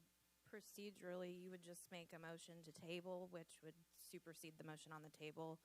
There'd be no discussion. You'd have to vote on it, and then you'd move on. Okay. Quick question to a comment you made, right? But maybe to Dr. Price. Have we talked to other districts as to what they are doing in response to this at this point? We've tried, and everyone is looking for guidance. And right now, basically what the executive order says is that there in the past, and I'm going to look at Ms. Marsh, you give me a head nod or a head shake if I'm on track or if I'm off track. But with our minority business plan, enterprise plan, whenever we received bids and we were grading proposals for work, there was a certain percentage that could be weighted for a minority business application. The governor's executive order says you can't do that anymore. And so, but that's part of our guidelines with our procurement procedures that we follow. So if we were to move forward and award a bid with that criteria in place, we could be in violation of an executive order. But if it doesn't apply to us and we move forward without it, then we could be scrutinizing unnecessarily. So to Mr. Rice's point, he's right. We don't have a lot of clear guidance. I believe the recommendation that was put in place was in consideration of moving forward with scheduled work that we're trying to complete by a certain timeline. Without it, maybe before we get to the awarding phase, maybe we can get some guidance on that before then. If we maybe need to revisit this expeditiously before our next scheduled meeting, I would just ask the board to consider that if we get clearer guidance. But Ms. Marsh in her office has tried to reach out, and Ms. Miller in her office has tried to reach out to state-level agencies as well as other districts, and we can't get guidance from anyone. So it's a challenging situation right now. So what I'm hearing from you, and please correct me if I'm wrong, is that if we did go with Mr. Rice's recommendation to table it, but between now and our January meeting, we have a procurement situation we would need to, that would violate the governor's executive order, we would need to come back together as a board. Or either not move forward with anything until we do come back together. Exactly. So what? If we could just, we don't approve anything until we get guidance. So we don't do any procurement things Well, that Not would unless it's- award. Not unless it's mission critical. I mean, unless it's something, and I don't think we have anything like that on the horizon. I think that to Mr. Anderson's point, to Mr. Rice's point, the issue for me is that there's not enough information right now to move forward. And I think we're better off and safer to not every time an executive order, because we're going to set a standard that any time an executive order comes out, we're going to make a change. I think if other people are not making changes, I think that we just hold tight until there's a little bit more information.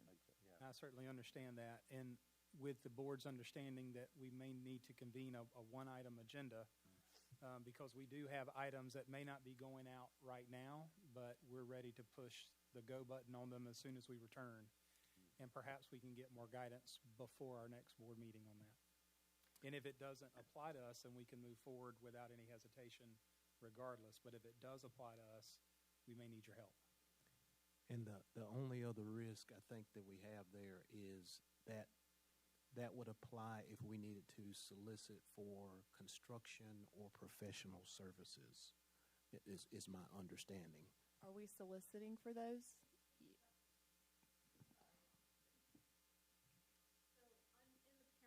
Under construction and professional services, so when it's evaluation based, there is a part of the code that says part of the evaluation has to be based on minority business, awarding to them, and then also the subs that they use that are minority business. So the award criteria is the evaluation, right? So that's how you're awarding it. So that would be strictly, part of it would be based on the minority business, regardless if they get points or not, because that's part of the awarding. We do have a couple of projects that are in limbo with that. Is that assuming, though, that those people applying meet the business minority requirements? Like, what if nobody applies? I forget what the acronym is, but the MBE. Thank you. MBE. Yeah. So, or if no minority business applied, I think that's what you were saying. So in my opinion, because it's an evaluation criteria, even if it's a 0, we still awarded because it was award criteria. Regardless if nobody gets any points for it, it's still an award criteria. That's my professional procurement opinion. Now, legal can tell me something different, but it is in the code that says we have to evaluate by that. And so we have some right now that you said are in limbo. Yes. And they are significant contracts that will have a significant impact. Mr. Cooper's nodding his head with our scheduling for projects and spending our 8% money and meeting deadlines And so and if projects you move during. forward, Mercedes, if we move forward with these, is the district in violation of the governor's executive order? Oh, Ms. Henson. Nothing like a legal question in open session. So here's the reality. Mr. Rice is correct. No. Mr. Rice is correct. No one has provided clarity to us. We have reached out 10 times over. I have, Jennifer has, and Beth has. And so All right. The executive order talks about it applies to the executive branch, right? So the state superintendent, Ms. Ellen Weaver, her office under cabinet is part of the executive branch. So although we don't report to her directly, we're a school district, right? So then we also have our procurement code. Our procurement code has to be approved by the state. The state says they will only approve our code if our code is substantially similar to the state procurement code. So I would probably say about 90% of our code is exactly just like the state, right? Yes. So an argument to be made is that if we vary from this, then our code may not be considered substantially similar. Now, we're a good ways away from that, right? Because we don't even have any clarity from the state. But that's just one piece for you all to consider. But again, we've been reaching out actively for assistance, and no one has provided that clarity, so it's not for lack of trying. If we were to go ahead and go through and have these contracts go forward, and then someone smacks our hand, let's say in a couple weeks when we get back in January, then at that point, we'll have to look back at our code and see how we could go about either ratifying those contracts or voiding them, and then Clark Cooper is going to go crazy. But that's what we would be dealing with. So just to kind of give you large view, small view, but we do not have clarity. I cannot say for 100% certainty right now that it actually does apply to us. There's a strong argument that it does, but there's nothing concrete that says it does. Sorry. And a point of clarification, for the state consolidated procurement code to be changed, it's a matter of law. That's law being changed. So for their code to be changed, it's law, and then ours follows theirs, which means that they have to approve ours. So it all is lawmakers. So, and I think for me, board, if the state is not saying that we should do this, I think we're better off just to wait.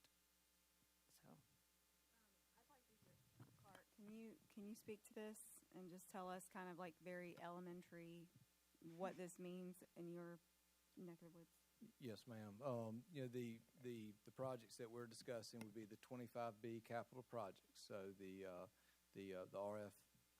RFPs for the CMR services for conducting those projects are the ones that are in limbo, to use the word that's been utilized this evening.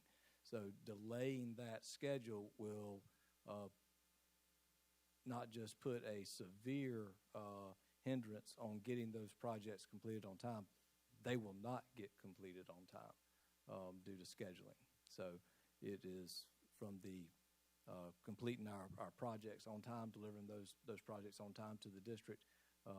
From the operational standpoint, moving forward with our RFP proposals is very much what we would like to see from our end. So, go ahead. So, Chris, are you proposing that we don't move forward with those projects, or we do move forward?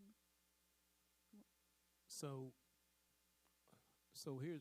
here's my thoughts. I mean, I like what Ms. Flashnick said about an executive order, and I'm just going to use a silly example just for this. Let's say that tomorrow there is an executive order that comes out and says that any children that have a Native American background are only allowed to go to school 4 days a week. Then we're going to change our policy and say, effective tomorrow, if you have any Native American background, your children will now not be able to come to school on Friday until we get clarification. That's basically what we're saying.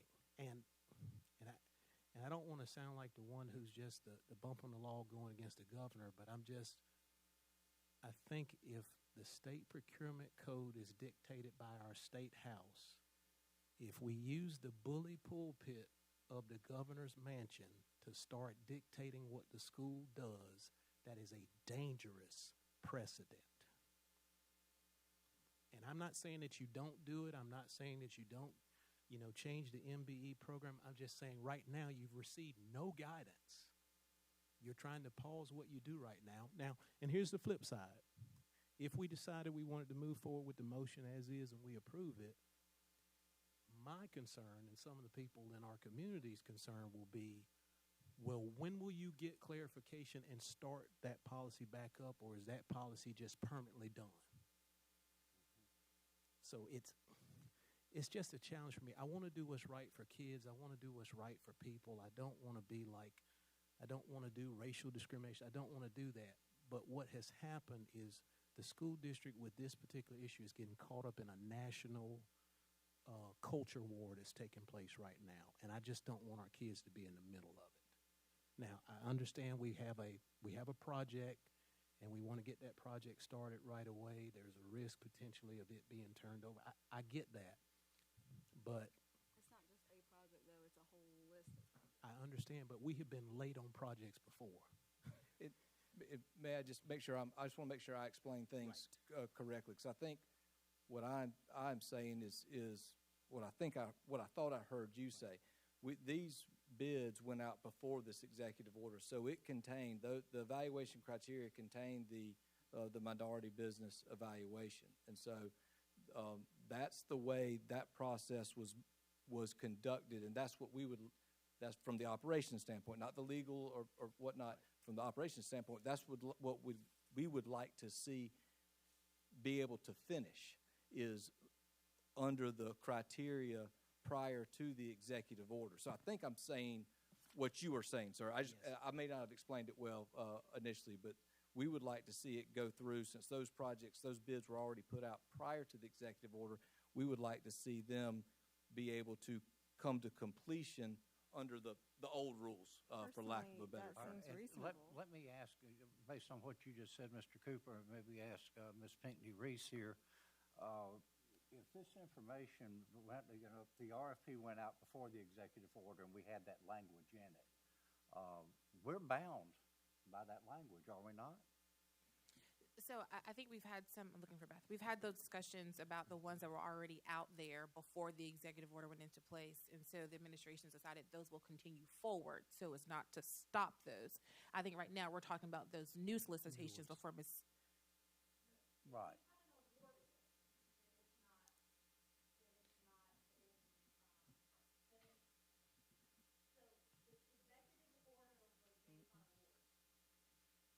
So you couldn't award anything going forward based on the MBE. And going forward, from this point forward, we would not put that language in our RFPs. Correct, right? but we have things that we need to award. Okay. And Clark, so that's what you're saying? There's things that we need to award that that we're gonna be way behind on. Yes, ma'am. If we were to have to cancel that and start that process over under a new evaluation criteria, we would be months and months and months behind. Yeah, that's going to kick it But back you at least can, 3 months. Dr. Price, I felt like I heard you say that you all can still move forward with this as far as the projects are concerned.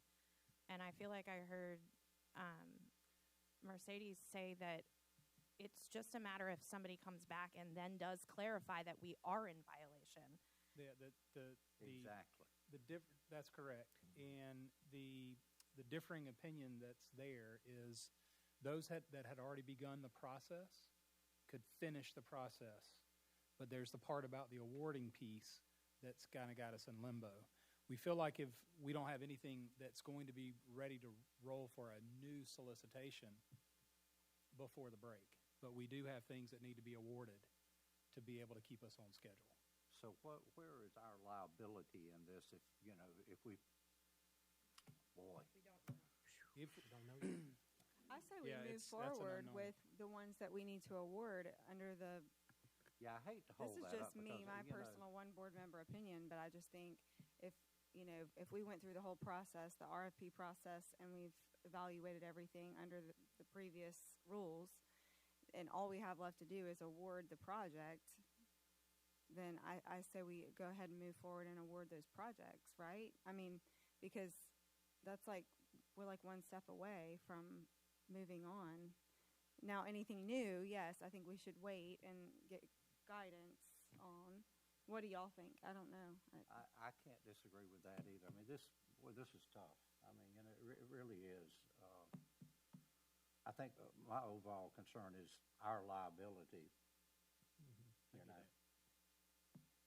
I mean, Mr. Anderson, I get that. I mean, I totally get that. I don't want to expose the district to some additional risk, but I But just your think it. points are valid points, and your analogy was spot on. The thing that I see is I see a culture war that we are in the middle of, and we are trying to roll certain things back. Whether we like it or not, we're in the midst of rolling them back. So we just have to, I think it's good for us to have the discussion, and however we move forward, I'm okay with it, because whatever we decide as a board, I didn't feel comfortable with us approaching this, knowing that we didn't have the information, knowing we didn't have guidance, and we're just going to pause and kind of throw the dirty bathwater out with the baby as far as a district. And I mean, that's where I was, but I'll support what the will of the board is, but I wanted to at least bring this up for food for thought. I feel like with the discussion that we've had here tonight, that I think we've made it clear how we truly feel as a district. And I guess my recommendation is going to be to move on with it, and let's go ahead and approve, and let's move on in it, and pray that we get some clarification on it by the time we return. I just think that's a super slippery slope. It is. Madam Chair, I move that we table the motion to the next meeting. Can I make a comment first? Just to. No.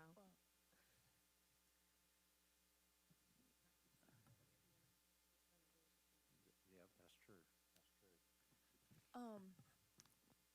I do believe everyone has had a comment ahead of the moment to say a comment. Would you be okay if she had a chance to say a comment? Okay, I will temporarily withdraw that motion from the table. Thank you, Ms. Flashnick. Ms. Shealy. It's a clarification question. So if we don't suspend the procurement protocols, we move forward with our projects, then truly the risk that we're taking is that there could be clarification that this executive order does apply to us, and we have to go and rebid this whole process again, delaying the projects. Or is it like a slap on the wrist? Or you have to go back? Yes. Yes, because they've already been closed, and so you can't amend anything at this point. So they would have to be canceled and start over. With the wording removed that had anything to do that had caused the issue. Just want to make sure we're clear of the risk as we're making this decision today. And then we do have just one other piece that is not as significant, but there is a reporting requirement to the board within 31 days after 12/31 based on our minority business utilization plan that has to be submitted to the board. And of course, it's a procurement requirement for the audit to make sure we submit that report. But again, based on the executive order, we would be in violation if we were to issue those reports, but that is not as significant of an issue to me as it is with our projects that would have to be delayed. Madam Chair, I move that we table the motion to the next meeting. We have a motion to table. Did we cancel the first motion? It's a superseding motion. Tabling can supersede. Do we have a second? Second. All right, so Chris Rice second. All those in favor by a show of hands? 1, 2, 3, 4. Were you? I really, I don't know. Yeah, abstain, I guess. Okay, so we have 4 in favor, 1 opposed, and 1 abstain. All right, the motion to table carries. I did. All right, moving on. Do I hear a motion to approve policy IC school year? Madam Chair, I move that we approve policy IC school year. Thank you, Ms. Shealy. Do I have a second? Thank you, Ms. Flashnick. Ms. Gaskins, do you have any discussion on this? I do want to bring to light some of the revisions that have been made since first reading based on your feedback during first reading and also some that I've received since. Some formatting changes were made to make it more reader-friendly. There's more specificity about who the superintendent or his designee will elicit feedback from when preparing the calendar to bring to the board for approval. A section has been added to explain collaborative planning for teachers where students are released early. There's more information about makeup days based on when school days are missed and the order we'll use to make up those days. And also some instructional requirements have been added to the e-learning section. Happy to answer any questions, and I really appreciate your feedback and engagement with this policy. Thank you, Dr. Gaskins. Board members, do you have any questions or comments about this policy? I just have a comment. Thank you very much for hearing some of the feedback and taking all the time and effort to make this policy, I think, really beneficial. I was hopeful that you might just speak a little bit about the missed days for clarification for the community, because it is a pretty dense couple of paragraphs. So can we just in layman's terms explain to them what that means? Sure. And so this is actually some language that we added to our approved academic calendar when we approved the one for next year. If a closure were to occur before a scheduled makeup day or days, depending on how many are in that semester, school will be canceled for that day, and the designated makeup day will be used for in-person instruction. But if any of the scheduled makeup days for that semester have already passed, or if the need for the school cancellation happens after we have reached those days in the calendar, then we would do e-learning. Okay. Thank you for that explanation. Board members, any other questions or comments on policy IC? All those in favor of approving it, please say aye. Aye. Any opposed? And the motion carries. Do I hear a motion to approve policy ID school day? Motion to, Madam Chair, I move we approve policy ID school day. Do I have a second? Second. Thank you, Mr. Anderson. Dr. Gaskins? I have not received any additional feedback on ID. I'm happy to answer any questions if you have them. Board members, any questions? All those in favor? Aye. Any opposed? And the motion carries. Do I hear a motion to delete Administrative Rule IDR school day? Madam Chair, I move to delete Administrative Rule IDR school day. Thank you. Do I have a second? Second. Thank you, Mr. Anderson. Dr. Gaskins, any discussion on that? I do want to just remind the board why we're recommending this administrative rule be deleted. There is no current model for this administrative rule. It's very difficult to put instructional time limits in policy because they could change frequently when new legislation is passed or when new guidelines are released from the department. So, for example, if the recess and PE legislation that's been introduced right now were to pass, then we would have to adjust our time again. And so by having it in procedural documents instead of in policy, it just gives us the flexibility to respond to state statutes and regulations, which is what's happened over time, which has moved us some away from those time limits that are currently in that administrative rule. So also very few districts, just a handful, have this administrative rule. You asked questions about where the content would live that's currently in that administrative rule. The instructional time could be placed in the curriculum management plan. We have a section on curriculum and instructional expectations where we outline tightly held expectations determined at the systems level. Both our elementary and middle school administrators have agreed to follow consistent instructional time expectations. High school's pretty straightforward. It's 120 required hours for each course, but all of that could live in the curriculum management plan. In terms of homework, student expectations could be included in the student handbook, and we could add teacher expectations to our grading practices documents where we outline the type of feedback teachers will give based on the assessment type.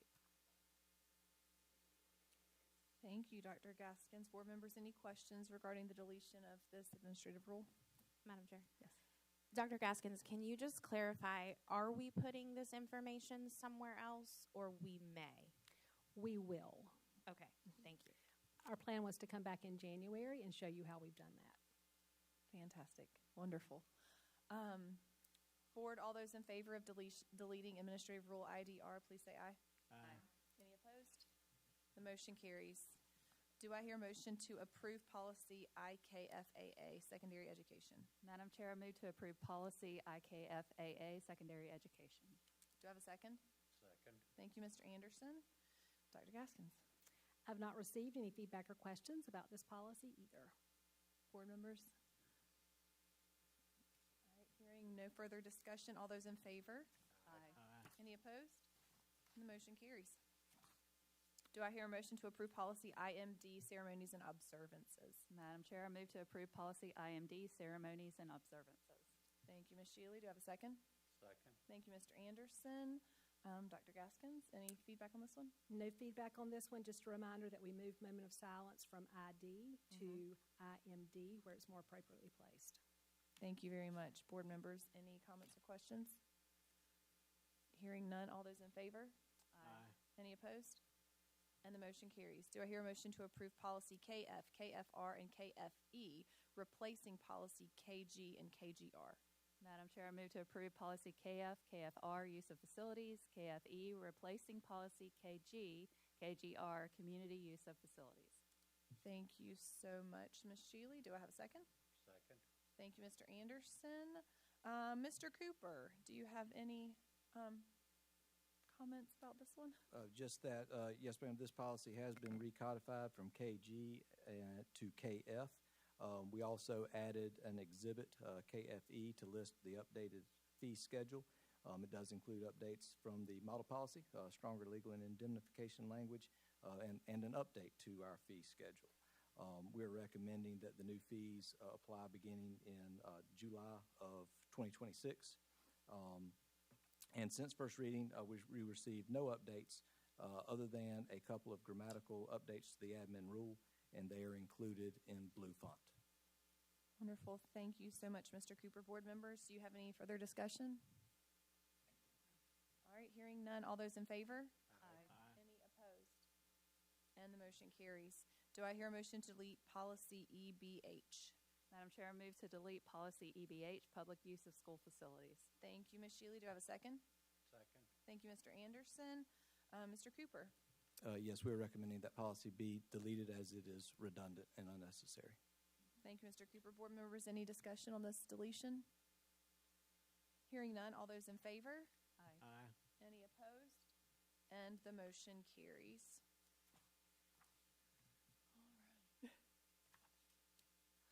Okay, we're going to move on to some information items for the night. And at this time, I'm going to turn it over to our board secretary, Chris Rice, to give us an update on the 2018 bond referendum projects and transactions review.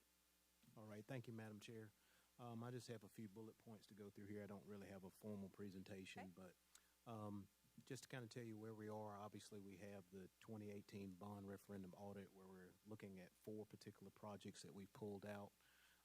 Thus far, we have met with the team that was selected to do the audit. We've met with them individually. We've also met with them collectively with the finance team and operations team. During those meetings, we kind of discussed the background and the history of the referendum. They wanted to understand what the desired outcomes were from the board. And we even kind of talked about a rough kind of communication schedule back and forth between the two entities. We established that I, your secretary, on behalf of the board, I'll be responsible for determining if they actually meet the objectives sufficiently. So I think it's pretty important to us as a board that the board kind of helps dictate this audit. So it's not the district determining if they meet the objectives. Basically, with your input, obviously, but I'll be the person that says, yes, you have met that criteria and we are satisfied.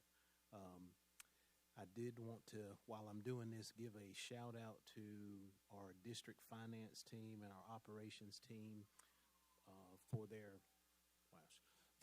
cooperation and their collaboration. The audit team continues to shout your praises in terms of how cooperative you are, how they have no problems getting the information they need to get, both in person or whether it's virtually. We've established a project file sharing site because there's a significant number of electronic files. And I mean, once again, kudos to the finance operations team, because I know you have a regular job to do, but yet and still there's a mound of paperwork and files that you all have been able to upload to give them everything that they need. We did have a slight delay in accommodating their original request deadline. I think we had a bunch of things going on, and they gave us a really, really tight window. But we met with them and talked with them and negotiated another couple weeks for the deadline for us to get them the information. But some of those delays were also due to some ambiguity on their part in terms of what they were asking for. We really needed to clarify that so we didn't waste our staff's time and gave them exactly what they needed. We resolved all those issues, and then we negotiated a new commitment date, which our team met. They actually surpassed it by several days, even after we negotiated a new date. And consequently, I agreed, since I'm kind of the person that deems their performance, I agreed to allow them to extend their deadline for delivering to the board by another couple weeks. So it looks like they'll potentially finish with all of their work in March, pending no other delays.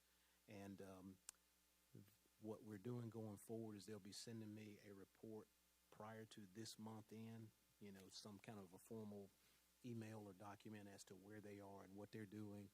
And next steps for them is likely in early January, they plan a site visit here to the district. So that's just kind of telling you where we were and where we've been and kind of some of the steps that have taken place and what our next steps are. So be happy to answer any questions. Thank you, Mr. Rice. Board members, do you have any questions for him at this time?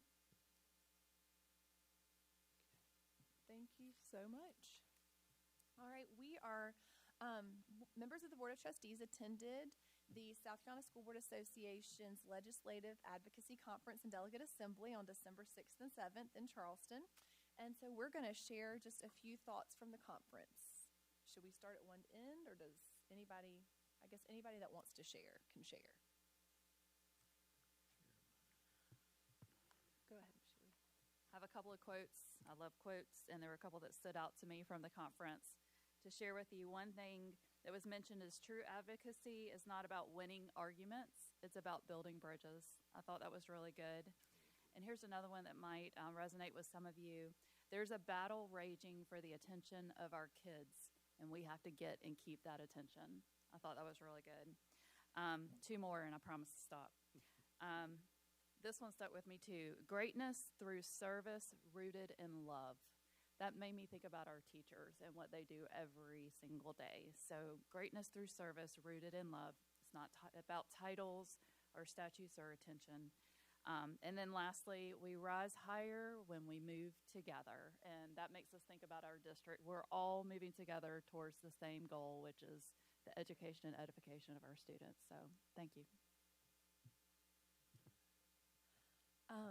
At this conference, there are legislators, there are representatives from like Palmetto State Teachers Association that come and speak and do panels and stuff. And one quote that resonated with me that Patrick Kelly said from the PSTA, which kind of is good going into this next semester with our budget season, he said, "People move the needle. The greatest investment is in people, not packets or programs." And so that was just a great reminder for me, and it's something that we hear a lot here in our district is people, people, people. I'll just touch on a couple numbers that were interesting to me. Besides the $2,000 teacher raise that they're pushing for, I think we've all heard that up to now. Lawmakers will have approximately $2.4 billion available for 26-27, which is $733 million reoccurring and $1.7 billion one time. Did I say $2.4 billion? Yeah. So, which is more than prior year. So, it's a lot of money. It'll be interesting to see how they choose to spend it. Definitely. I mean, one thing I will point out is we had one of the speakers, I can't remember his name, but he talked about a federal funding outlook And I guess the thought to me was a caution of really watching closely how education is going to be funded federally from the House and from the Senate. Because what's interesting is the House is, right now the way it's looking, they're potentially looking at a substantial cut to discretionary education funding. That would include your Title 1A, your IDEA-B, even potentially your adult ed and your ELA programs. There's some cuts in that budget for that. But the Senate budget is looking potentially at an increase to discretionary education funding, and that would be an increase to Title 1A, an increase to IDEA-B. So it's really interesting because the House and the Senate have to come together and agree, but it seems like one part is going in one direction, one's going the other direction concerning education. So I think what I learned from this is it's very important, not just for us as school members, but for all of us to reach out to our House and our Senate members and express how we feel about public education. And I think if they get enough feedback, they'll have a tendency to go, oh, this is feedback from voters in my district, so this probably is going to impact my district adversely. I probably better consider a different path based on the feedback I'm getting from folks in my district. So it's just important for all of us to advocate. Thank you, Mr. Rice. I'll just share one other thing that wasn't mentioned, which is kind of timely. A bunch of things we talked about today in Dr. Price's report that was in our annual financial report. We've all talked a lot about fee in lieu of services or tax abatements. And there was discussion at the conference about trying to ensure that school districts get a seat at that table. For people that don't know exactly how that all works, our county gets to decide when a large business is going to move to our county, whether they are going to give them any kind of a tax relief for a period of time. And that really does, if you look in our annual financial report, it's upwards of $15-20 million every year that the school district misses out on. And so while we may not be able to recoup that money, at least letting someone from the district have a seat at that table when those discussions are happening, because maybe we can also get a little bit of creative in ways that they could help support our schools in other ways, or our technology centers in other ways, so that all of the capital improvements that our district very much needs don't always fall on the backs of small businesses and your individual taxpayers. So I was happy to hear that multiple times. And I'll just piggyback on that Chris Wooten is sponsoring a bill this session that directly responds to that. And I did speak with him last week, and I think I maybe put a little bug in his ear that wasn't already there. So hopefully we'll see how it plays out. Well, thank you everyone for the feedback. We are going to move on to item 12.3, which is the board self-evaluation. The board held its self-evaluation workshop on December 2nd, and according to board policy BAA, board self-evaluation, at the next regularly scheduled board meeting following compilation of the results of the self-evaluation, the board chair will provide a summary report of the process and results. So we worked with the South Carolina School Boards Association and Dr. Sandra Lindsay to conduct our self-evaluation, and every board member was sent a survey with 32 statements on it that we had to evaluate or rate on a scale of 1 to 5. And then we were given those results. And I was just going to highlight our highest area and then an area of growth. And the highest area that we ranked was 4.4. The board demonstrates a sincere and unselfish interest in public education. And I think that speaks highly of our board and the work that we're doing for this district. And then a lower area that we ranked, however, I am very hopeful about this, is the board concentrates on developing policies and allows the superintendent to administer them.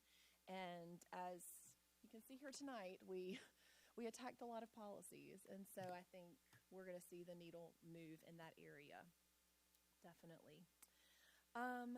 And then the last item on our agenda is a district committee discussion, and so Ms. Flashnick, can I turn it over to you at this time?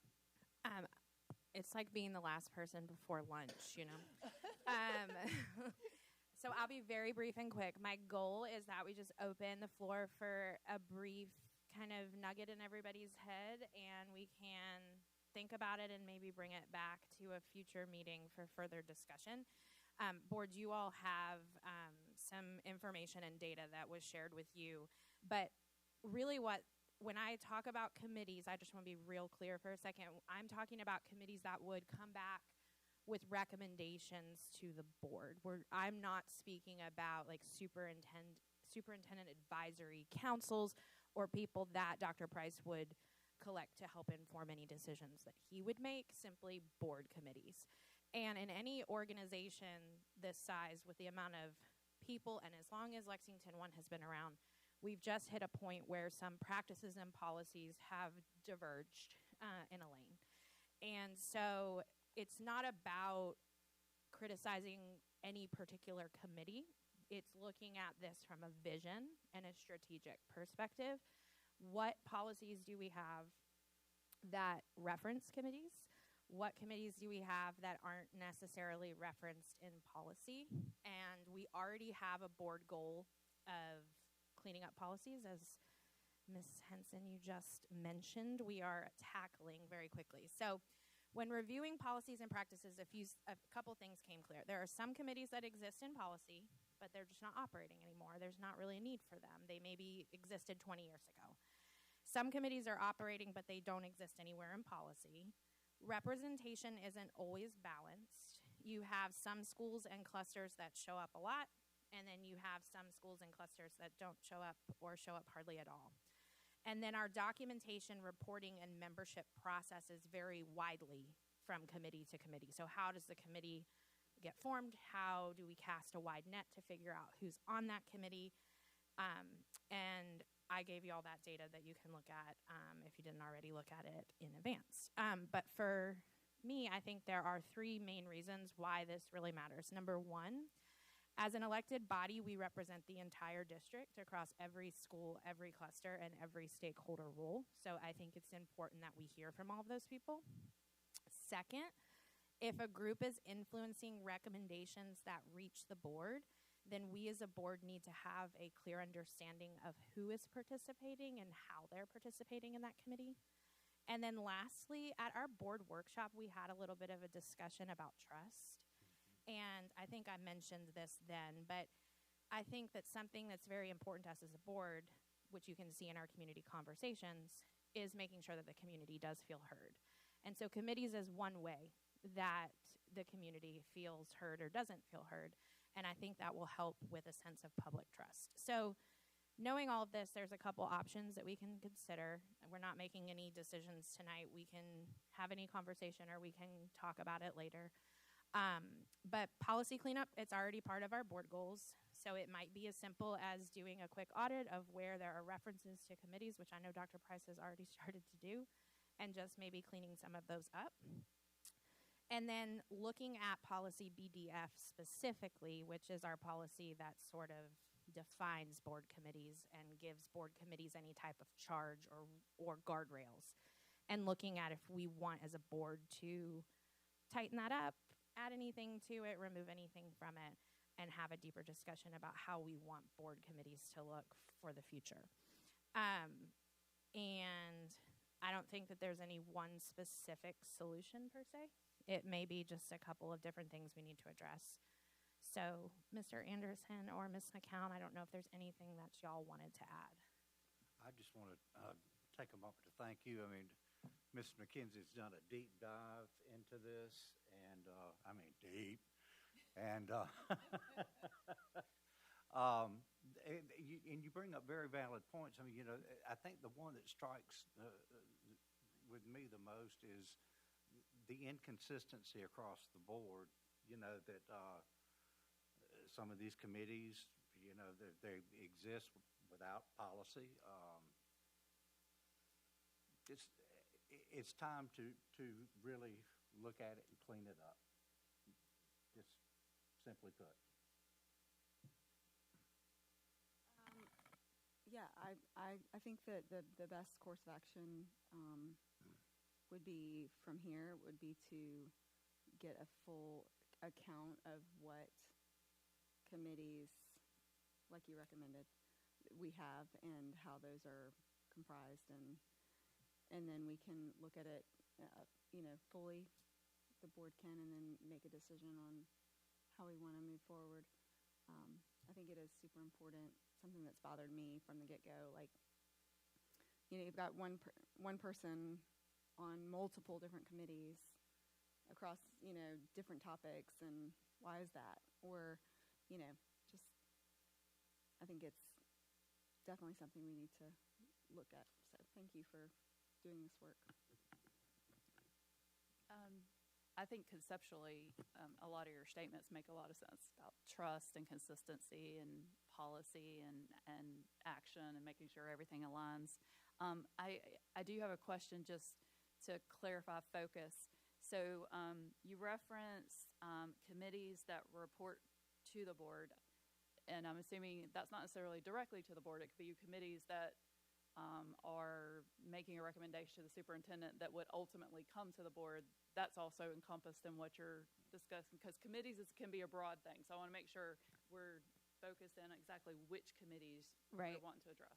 Dr. Price and I specifically had this conversation. It's almost a terminology misunderstanding, because you do have some bodies, let's call them that are not really committees, but they're referred to as committees.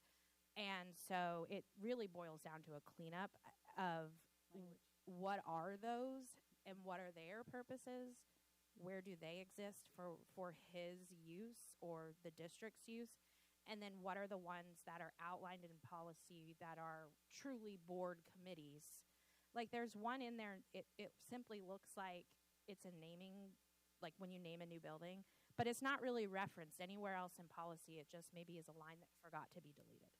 But then you also have some committees that do exist, but they're not found anywhere in policy. So I think, to answer your question with it depends. Yeah. I think that just a deeper discussion. And I agree, even in the policy that you brought up, the BDF advisory committees, I think there is opportunity to more fully define what is an advisory committee. So, yeah, I do think there's opportunity there. So, thank you. And the equal representation is absolutely something that needs to be addressed. Well, and Mr. Anderson, I had a question about that, because as I was looking at the graphs, Now, don't paint me in a corner. well, no, there's different types of representations, and so I was thinking about the House and the Senate, y'all. And when I look at the graph, it makes me think that we currently have House representation on our committees. Based on the population of a school, you're going to have more representation of that school across committees. Is our desire to move from more of a House representation to a Senate representation, whereas regardless of the size of a school, you get 2 or 1 or whatever on the committee. I mean, I think that's just a philosophical discussion to have what our preference might be. I think also it's how you cast the net. And I used this example with Dr. Price before my son was in school and before I was paying attention to the board. I had no idea as a small business owner that I could have a say in anything happening in Lexington 1. So maybe it's as simple as making sure when we form a committee that we've casted a very wide net so that everybody in our community is aware that we do value and want their input. And if they choose not to participate, that's totally up to them.